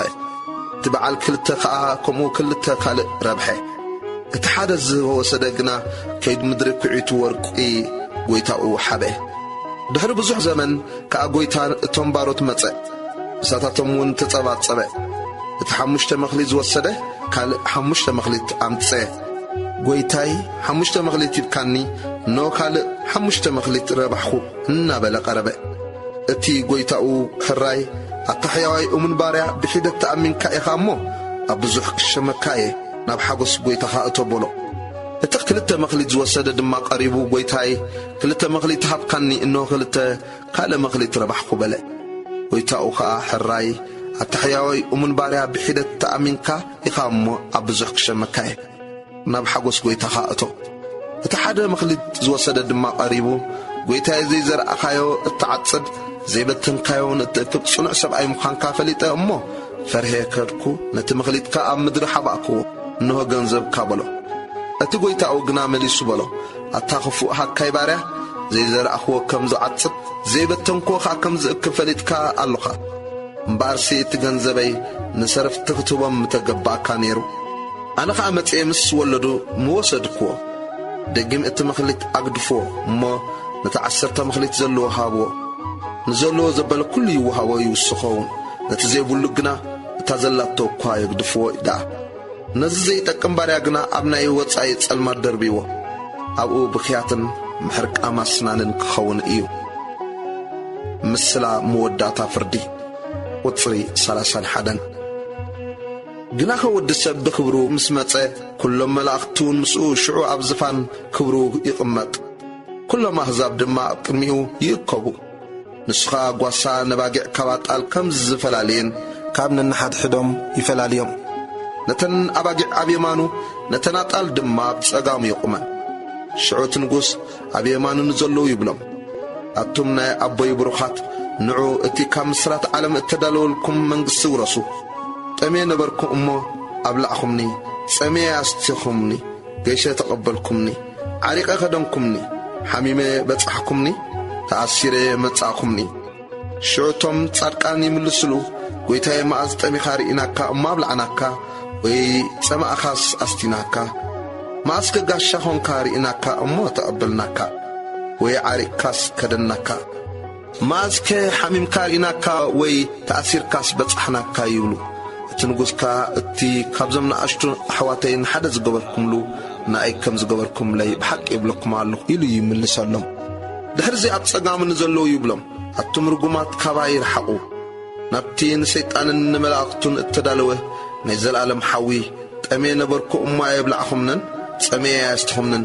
قيشا يتقبلكمنن عريقا يكدنكمنن حميمة تأثيري أيبتحكمنن شعون الساتون قويتاي معز تأمي خاري إناكا ويتسميكا ويجيشكا ويعريكا ويحميمكا ويتأثيركا زي قلقلناكا إلهم يملسلو شعوت نسو اتي كابزم نعشتو نحادا زي قبركم لنا ايكم زي قبركم لي بحقي ابلكم اللخو إلو يملسلهم زي أتم نامنا يزال عالم سقاي ساركان قنا نامنا يزال عالم هيوات كخودو إيو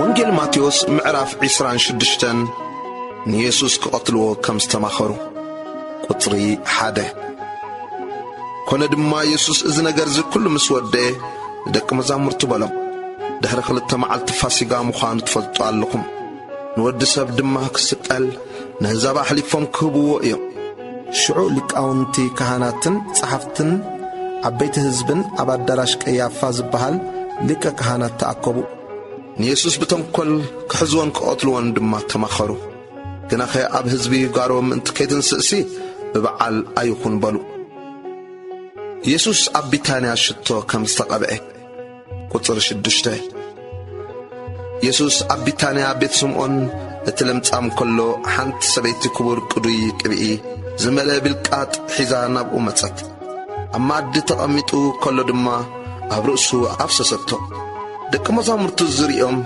أزي كندز أكل أطفأت كن من تأيو نبزح تشيطوس ندخاتات قدام توهاب نيرو إلهم تناددو يسوس قنا فليتو بلهم إذا سبيت تصبق قبري قيرات اللي على أمو سلام انتاي توقهي وعلقكم دخاتات سي كل قزيم ساخاتكم إيهم أنا قنا كل قزيم ساخاتكم عين برن أزي أبرق سي زفسستو قديك بإيه قنا نمقباري تتدالون إياز قبرتو أزو انجل أزي أب تسبقو زبالة أب كل عالم أزي نساز قبرتو نمذكر أكم زنقر بحقي إبلكم اللهو يهودان يسوس كشطو كم استوعى عليه قطري 14 شعو كابتم 10 حدا يهودا أسقرطاوي زبهال نابلك كاونت كانت كيدو أنا نأخذكم أحليفة كوبس انتهي توبوني بلم ساتمكا 30 قرشي مزانلو كابو حيزو أحليفو كهوبو مشو جزي يدلي نبرا يسوس مصدق مزامرتو درار فاسكا خمز بلعه قطري 17 بتقدمت معلتي بعال قطا እቶም ደቀ መዛሙርቲ ናብ ኢየሱስ መጽኦም ገንሸል ፋሲጋ ክትበልዕስ ኣበይ ከነዳልወልካ ትደሊ በልዎ። ንሱ ድማ በለ ናብ ከተማ ናብ እከለ ኪዱ እሞ ጊዜ ይቀረበት። ምስ ደቀ መዛሙርተይ ከዓ ፋሲጋ ኣበኻ ክፋስግ ይብል ኣሎ መምህር በልዎ። እቶም ደቀ መዛሙርቲ ድማ ኢየሱስ ከም ዝኣዘዞም ገበሩ። ገንሸል ፋሲጋውን ኣዳለው። ምስ መሲሕ ምስቶም 12 ደቀ መዛሙርቲ ኣብ ማዕዲ ተቐመጠ። ክበልዑ ከለዉ ከዓ ካብኻትኩም ሓደ ከም ዘትሕዘኒ ብሓቂ እብለኩም ኣለኹ በሎም። ንሳቶም ከዓ ብዙሕ ጉሃዩ በብሓደውን ጐይታይ ኣነ ዶኾን እኸውን ክብሉ ጀመሩ።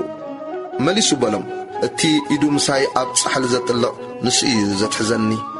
ወዲ ሰብሲ ከምቲ ተጻሕፈሉ ይኸይድ፣ ግናኸ ነቲ ወዲ ሰብ ብኡ ዝተሓዝ ሰብኣይ ወይልኡ።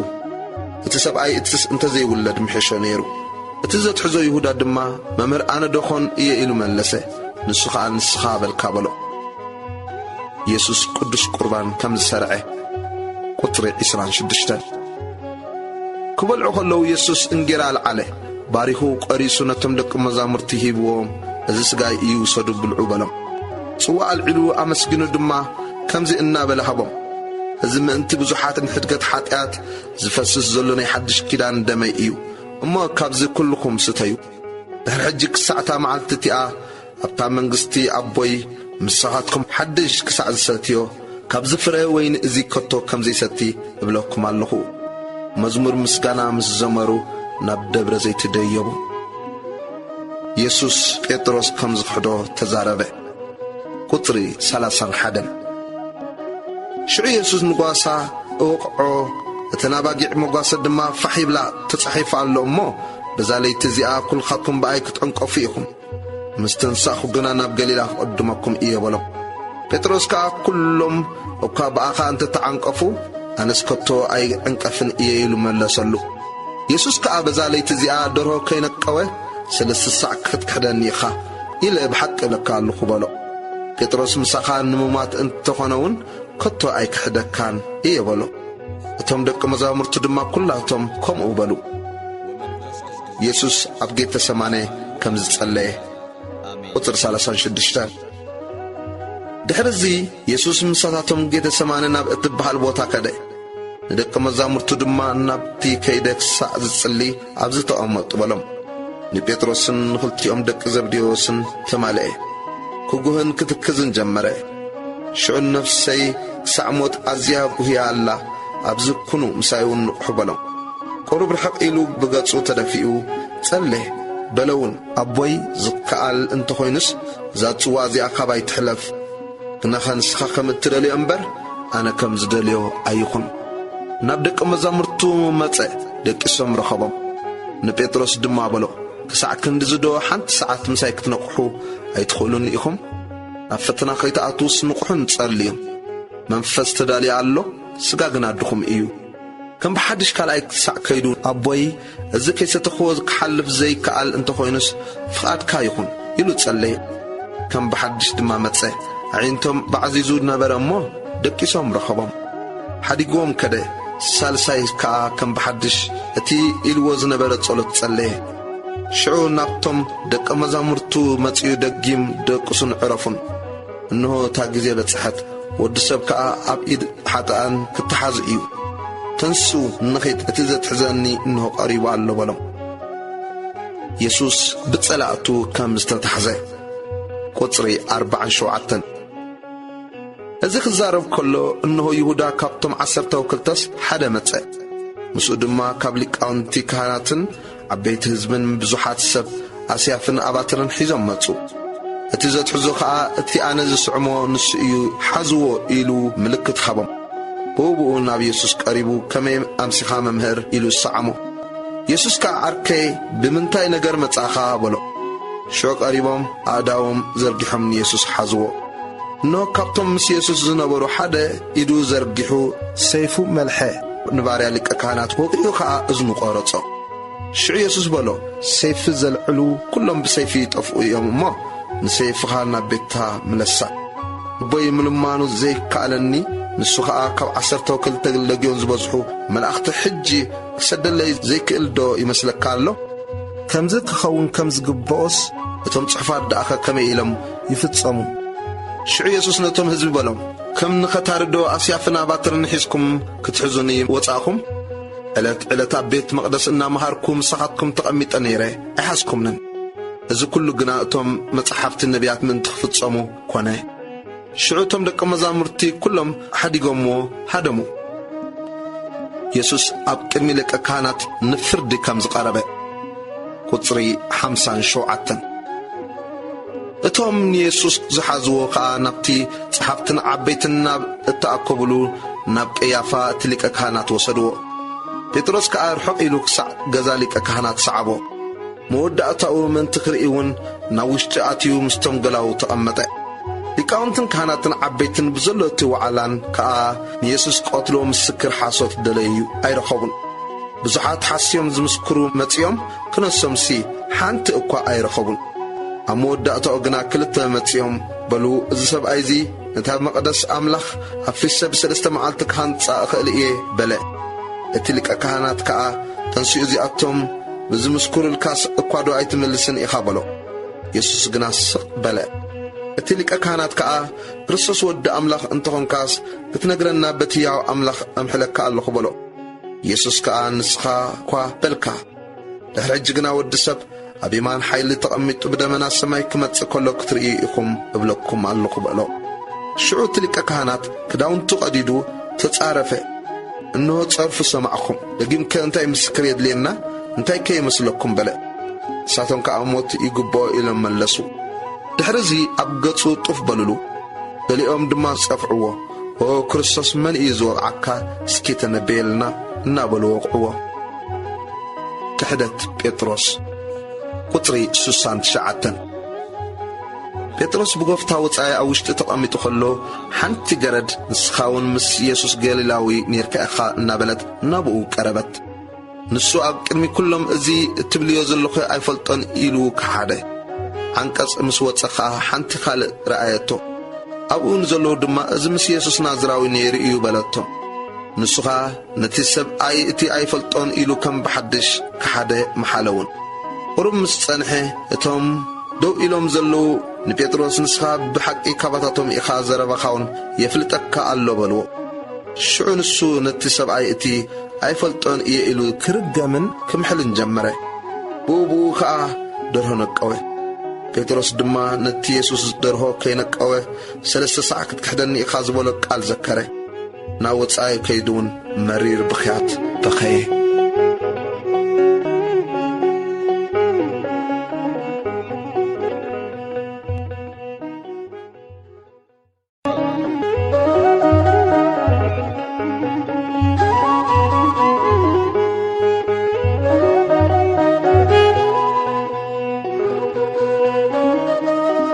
ወንጌል ማቴዎስ ምዕራፍ 27 ኢየሱስ ኣብ ቅድሚ ጲላጦስ ቁጽሪ 1 ምስ ወግሐ ኩሎም ሊቃውንቲ ካህናትን ዓበይቲ ህዝብን ንኢየሱስ ክቐትልዎ ተማኸሩ ኣሲሮም ወሰድዎ እሞ ንጲላጦስ ነቲ ሽም ኣሕሊፎም ሃብዎ ቁጽሪ 3 ሽዑ ይሁዳ እቲ ዘተሓዞ ተፈሪድዎ ምስ ረኣየ ተጣዓሰ እሞ ንጹህ ደም ኣሕሊፈ ብመሃበይ በደልኩ ኢሉ ነቲ 30 ቅርሺ ናብ ሊቃውንትን ካህናትን ዓበይቲ ህዝብን መለሶ ንሳቶም ድማ ንሕና እሞ እንታይ ይገድስና በዓልኻ ትፈልጥ በልዎ ንሱ ነቲ ኣቕራሽ ኣብ ቤት መቕደስ ደብይዎ ወፀ ከይዱውን ተሓንቀ ሊቃውንቲ ካህናት ነቲ ኣቕራሽ ወሲዶም ዋጋ ደም እዩ እሞ ናብ ሳጽን ምጽዋት ክነእትዎ ኣይግባእን በሉ ተማኺሮም መቓብር ኣጋይሽ ዝኸውን ግራት ስራሕ መሬት ተሻየጡ ስለዚ ከዓ እታ ግራት ክሳዕ ሎሚ ግራት ደም ትበሃል ኣላ እቲ ብነቢ ኤርምያስ ዋጋ እቲ ደቂ እስራኤል ዝገምገምዎ ገምጋም 30 ቅርሺ ወሰዱ ከምቲ እግዚኣብሔር ዝኣዘዘኒ ንግራት ስራሕ መሬት እውን ሃብዎ ተባሃለ ሽዑ ተፈጸመ ኢየሱስን ጲላጦስን ቁጽሪ 11 ኢየሱስ ኣብ ቅድሚ እቲ ሹም ደው በለ እቲ ሹም ከዓ ንስኻ ዶ ንጉስ ኣይሁድ ኢኻ ኢሉ ሓተቶ ኢየሱስ ድማ ንስኻ እኳ ትብል ኣለኻ በሎ ሊቃውንቲ ካህናትን ዓበይትን ክኸስዎ ከለዉ ንሱ ብሕም ኢሉ ኣይመለሰን ሽዑ ጲላጦስ ብኽንደይ ነገር ይምስክሩልካ ከም ዘለዉ ዶ ኣይትሰምዕን ኢኻ በሎ እቲ ሹም ብዙሕ ክሳዕ ዝግረም ንሱ ሓንቲ ቃል እኳ ኣይመለሰን እቲ ሹም ነቶም ህዝቢ በብበዓል ዝደለይዎ ሓደ እሱር ክፈትሓሎም ከዓ ንቡር ነበሮም። ሽዑ ባርባን ዝበሃል ውሩይ ተኣሲሩ ነበረ። ተኣኪቦም ከለዉ ጲላጦስን ኢየሱስ ብቕንዓት ኣሕሊፎም ከም ዝሃብዎ ፈሊጡ ነበረ እሞ ንመን ክፈትሓልኩም ትፈቱ ንባርባን ዶ ወይስ ነቲ ክርስቶስ ዝበሃል ኢየሱስ በሎም። ቁጥሪ 19 ኣብ መንበር ፍርዲ ተቐሚጡ ከሎ ከዓ ሰበይቱ ሎሚ ብሕልሚ ስሊኡ ብዙሕ መከራ ረኺቡን ኣሎ እሞ ኣብ ነገር እቲ ጻድቕ እቲ ኣይትእቶ ኢላ ለኣኸትሉ። እቶም ሊቃውንቲ ካህናትን ዓበይትን ነቶም እኩባት ህዝቢ ንባርባን ክልምንሉ ኢየሱስ ግና ክቐተል ሕራይ ኣበልዎም። እቲ ሹም ካብ ክልቲኦም ንመን ክፈትሓልኩም ትደልዩ ኢሉ መለሰሎም። ንሳቶም ንባርባን በሉ። ጲላጦስ እምበኣርሲ ነቲ ክርስቶስ ዝበሃል ኢየሱስ ከእንታይ ክገብሮ በሎ። ኩሎም ይሰቐል በሉ። እቲ ሹም እንታይ ክፉእ ከገበረ በሎም። ንሳቶም ግና ይሰቐል እናበሉ ምጭዳር ኣብዝሑ። ጲላጦስ ዘይምብዛሕ ጫውጫው እምበር ገለ እኳ ከም ዘይጠቅም ምስ ረአየ ማይ ወሲዱ ኣነ ካብ ደም እዚ ጻድቕ እዚ ንጹህ እየ በዓልኻትኩም ፍለጡ እናበለ ኣብ ቅድሚ እቲ ህዝቢ ኣእዳው ተሓጽበ። ኩሎም እቶም ህዝቢ ከዓ ደሙ ኣባናን ኣብ ደቅናን ይኹን ኢሎም መለስሉ። ሽዑ ንባርባን ፈትሓሎም። ኢየሱስ ግና ገሪፉ ክስቀል ኣሕሊፉ ሃቦም። ኣኽሊል እሾኽ ብለግፂ ከም ዝደፍእሉ። ቁጥሪ 27 ድሕርዚ ዓቀይቲ ትሹም ንኢየሱስ ናብ ኣዳራሽ ፍርዲ ኣእተውዎ። ንብዘሎ ጭፍራውን ናብኡ ኣከቡ። ክዳኑ ቀንጢጦም ከዓ ቀይሕ ባርኖስ ከደንዎ። ካብ እሾኽ ኣኽሊል ተኒጎም ኣብ ርእሱ ደፍእሉ። ኣብ የማናይ ኢዱ ዘንጊ ኣትሒዞም ከዓ ኣብ ቅድሚኡ እናተደፍኡ ወንጉስ ኣይሁድ ከመይኻ ኢሎም ኣላገጽሉ። ጡፍውን በልሉ። እቲ ዘንጊ ኣግዲፎም ከዓ ርእሱ ወቕዕዎ። ምስ ኣላገጽሉ ነቲ ባርኖስ ቀንጢጦም ክዳኑ ኸደንዎ። ክሰቕልዎ እውን ወሰድዎ። ኢየሱስ ኣብ ቀራንዮ ከም ዝተሰቕለ። ቁጥሪ 32 ምስ ወፁ ስምዖን ዝብልዎ ቀሬናዊ ሰብኣይ ረኸቡ። ንኡ መስቀል ክጸውር ብግድ በልዎ። ጎልጎልታ ኣብ እትበሃል ቦታ ትርጓሚኣ ቦታ ዓጽምቲ ርእሲ ምስ በጽሑ ምስ ሓሞት እትሖሰ መጺጽ ወይኒ ክሰቲ ሃብዎ። ጥዒሙ ከዓ ምስታዩ ኣበ ኢየሱስ ከም ዝሞተ። ቁጥሪ 35 ምስ ሰቐልዎ ከዓ ዕጭ ኣውዲቖም ክዳውንቲ ተማቐሉ። ኣብኡ ተቐሚጦም ድማ ይሕልውዎ ነበሩ። እዚ ኢየሱስ ንጉስ ኣይሁድ እዩ ዝብል ጽሕፈት ክሱ ኣብ ልዕሊ ርእሱ ኣንበርዎ። ቁጥሪ 38 ሽዑ ክልተ ከተርቲ ሓደ ብየማኑ ሓደ ድማ ብጸጋሙ ምስኡ ሰቐሉ። ሓለፍቲ ድማ ርእሶም እናነቕነቑ ኣታ ንቤተ መቕደስ ኣፍሪስካስ ብሰለስተ መዓልቲ እታንጻ ርእስኻ እስኪ ኣድሕን ወዲ ኣምላኽ እንተኾንካስ ካብ መስቀል ውረድ እናበሉ ይጸርፍዎ ነበሩ። ከምኡ ድማ ሊቃውንቲ ካህናት ምስ ጸሓፍትን ዓበይትን ኮይኖም የላግጹሉ ነበሩ። ከምዚ ኢሎም ንኻልኦት ኣድሓኖም፣ ርእሱ ግና ከድሕና ኣይከኣለን። ንጉስ እስራኤል እንተኾይኑስ ሕጂ ካብ መስቀል ይውረድ። ንሕና ከዓ ብኡ ክንኣምን። ብኣምላኽ ተኣሚኑ እዩ ድማ ወዲ ኣምላኽ እየ ኢሉ ኣሎ እሞ ሰሚርዎ እንተኾይኑስ ሕጂ የድሕኖ። እቶም ምስኡ ተሰቕሉ ከተርቲውን ከምኡ እናበሉ ይጸርፍዎ ነበሩ። ቁጥሪ 45 ካብ 6 ሰዓት ጀሚሩ ክሳዕ 9 ሰዓት ከዓ ብዘሎ ምድሪ ጸልመተ። ብታስዒት ሰዓት ኢየሱስ ኤሎሄ ኤሎሄ ላማ ሰበቕታኒ ኢሉ ብዓብዪ ድምፂ ጨርሐ። እዚ ከዓ ኣምላኸይ ኣምላኸይ ንምንታይ ሓደካኒ ማለት እዩ። ኢየሱስ መድሓኒና ከም ዝተቐብረ። ቁጥሪ 47 ካብቶም ኣብኡ ደው ዝበሉ ሰሚዖም እዝስ ንኤልያስ ይጽውዖ ኣሎ በሉ። ሽዑ ሓደ ኻባታቶም ጐይዩ ሰፍነግ ኣልዒሉ መጺጽ መሊኡ ብዘንጊ ገይሩ ኣስተዮ። ካልኦት ድማ ኤልያስ መጺኡ ዘድሕኖ እንተኾይኑስ ክንርኢ ደግዎ በሉ። ኢየሱስ ከም ብሓድሽ ብዓብዪ ድምፂ ጨርሐ፣ ነፍሱ ድማ ወጸት። እንሆ መጋረጃ ቤት መቕደስ ካብ ላዕሊ ክሳዕ ታሕቱ ኣብ ክልተ ተተርተረ። ምድሪ አንቀጥቀጠት፣ ኣኻውሕ ድማ ተጨዱ። መቃብራቱን ተኸፍቱ። ብዙሓት ደቂሶም ዝነበሩ ሥጋ ቅዱሳን ተንሱ። ድሕሪ ትንሣኤው ካብ መቃብሮም ወፂኦም ናብታ ቅድስቲ ከተማ ኣተዉ። ንብዙሓት ከዓ ተራእዩ። እቲ ሓለቓ ሚእትን እቶም ንምሕላው ኢየሱስ ምስኡ ዝነበሩን ከዓ ምንቅጥቃጥ ምድርን እቲ ዝኾነ ነገርን ምስ ረአዩ እዚ ብሓቂ ወዲ ኣምላኽ ነይሩ ኢሎም ኣዝዮም ፈርሁ። ኣብኡ ብዙሓት ኣንስቲ ርሕቕ ኢለን ይሪኣ ነበራ። ንሳተን ኢየሱስ ከገልግላኦ ካብ ገሊላ ዝሰዓብኦ እየን። ካባታተን ከዓ ማርያም በዓልቲ መግደላን ማርያም ኣደ ያዕቆብን የስየን ኣደ ደቂ ዘብዴዎስን ነበራ። ቁጥሪ 57 ምስ መሲሕ ድማ ዮሴፍ ዝበሃል ሃብታም ሰብኣይ ካብ ኣርማትያስ መጸ። ንሱኻ ወዲ መዝሙር ኢየሱስ ኮይኑ ነበረ። ንሱ ናብ ጲላጦስ ከይዱ ሥጋ ኢየሱስ ለመኖ። ሽዑ ጲላጦስ ክህብዎ ኣዘዘ። ዮሴፍ ነቲ ሥጋኡ ወሲዱ ብሓድሽ ብፍታ ገነዞ። ንርእሱ ኢሉ ኣብ ከውሒ ኣብ ዘውቀሮ ሓድሽ መቃብር ኣንበሮ። ነቲ ኣፍ መቃብር ከዓ ብዓቢ እምኒ ዓጺዎ ኸደ። ኣብኡ ማርያም በዓልቲ መግደላን እታ ካልአይቲ ማርያም ኣብ ማዕዶ መቃብር ተቐሚጠን ነበራ።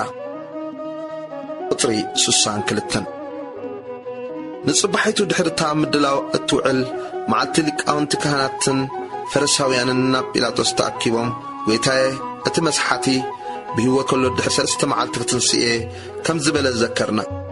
ስለዚ ደቂ መዛሙርቱ ብለይቲ መጺኦም ከይሰርቅዎ እሞ ንህዝቢ ካብ ሙታት ተንሲኡ ከይብሉ ካብታ ቀዳመይትስ እታ ድሕረይቲ ስሕተት ከይትገድድ እቲ መቃብር ክሳዕ 3 መዓልቲ ክሕሎ ኣዘዝ ዝበልዎ። ጲላጦስ ሓለውቲ እነውልኩም ኬድኩም ከም ፍልጠትኩም ኣጽኒዕኩም ሓልው በሎም። ከይዶም ነቲ መቃብር ኣጽንዕዎ። ነቲ እምኒ ድማ ምስቶም ሓለውቲ ኮይኖም ማሕተም ገበሩሉ።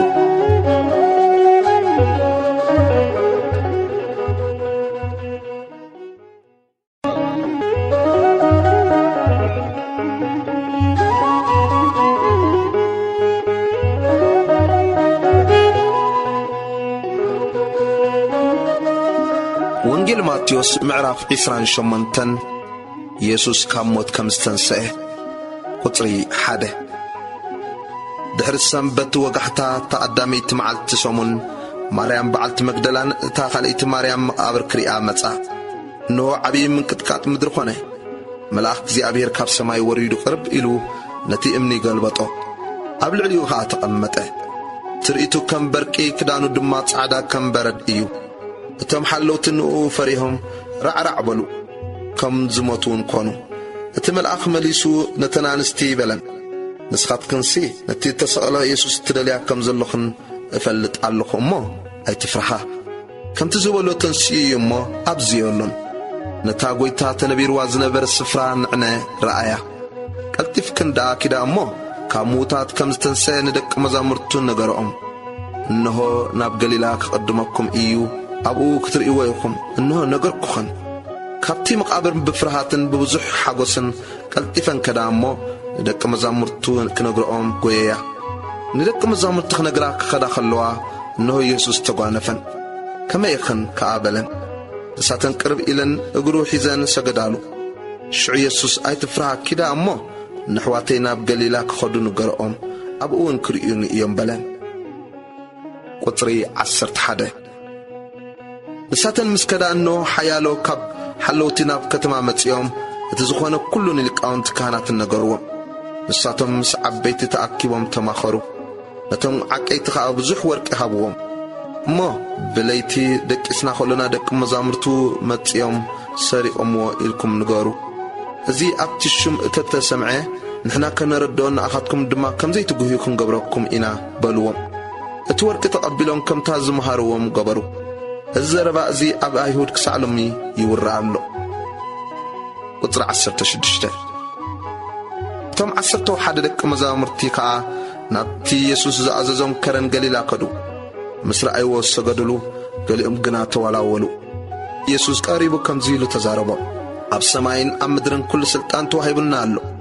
ስለዚ ኪዱ ንኹሎም ኣሕዛብ ብስም ኣቦን ወድን መንፈስ ቅዱስን እናኣጥመቕኩም ዝኣዘዝኩኹም ኩሉ ክሕሉ ከዓ እናምሃርኩም ደቂ መዛሙርቲ ግበርዎም።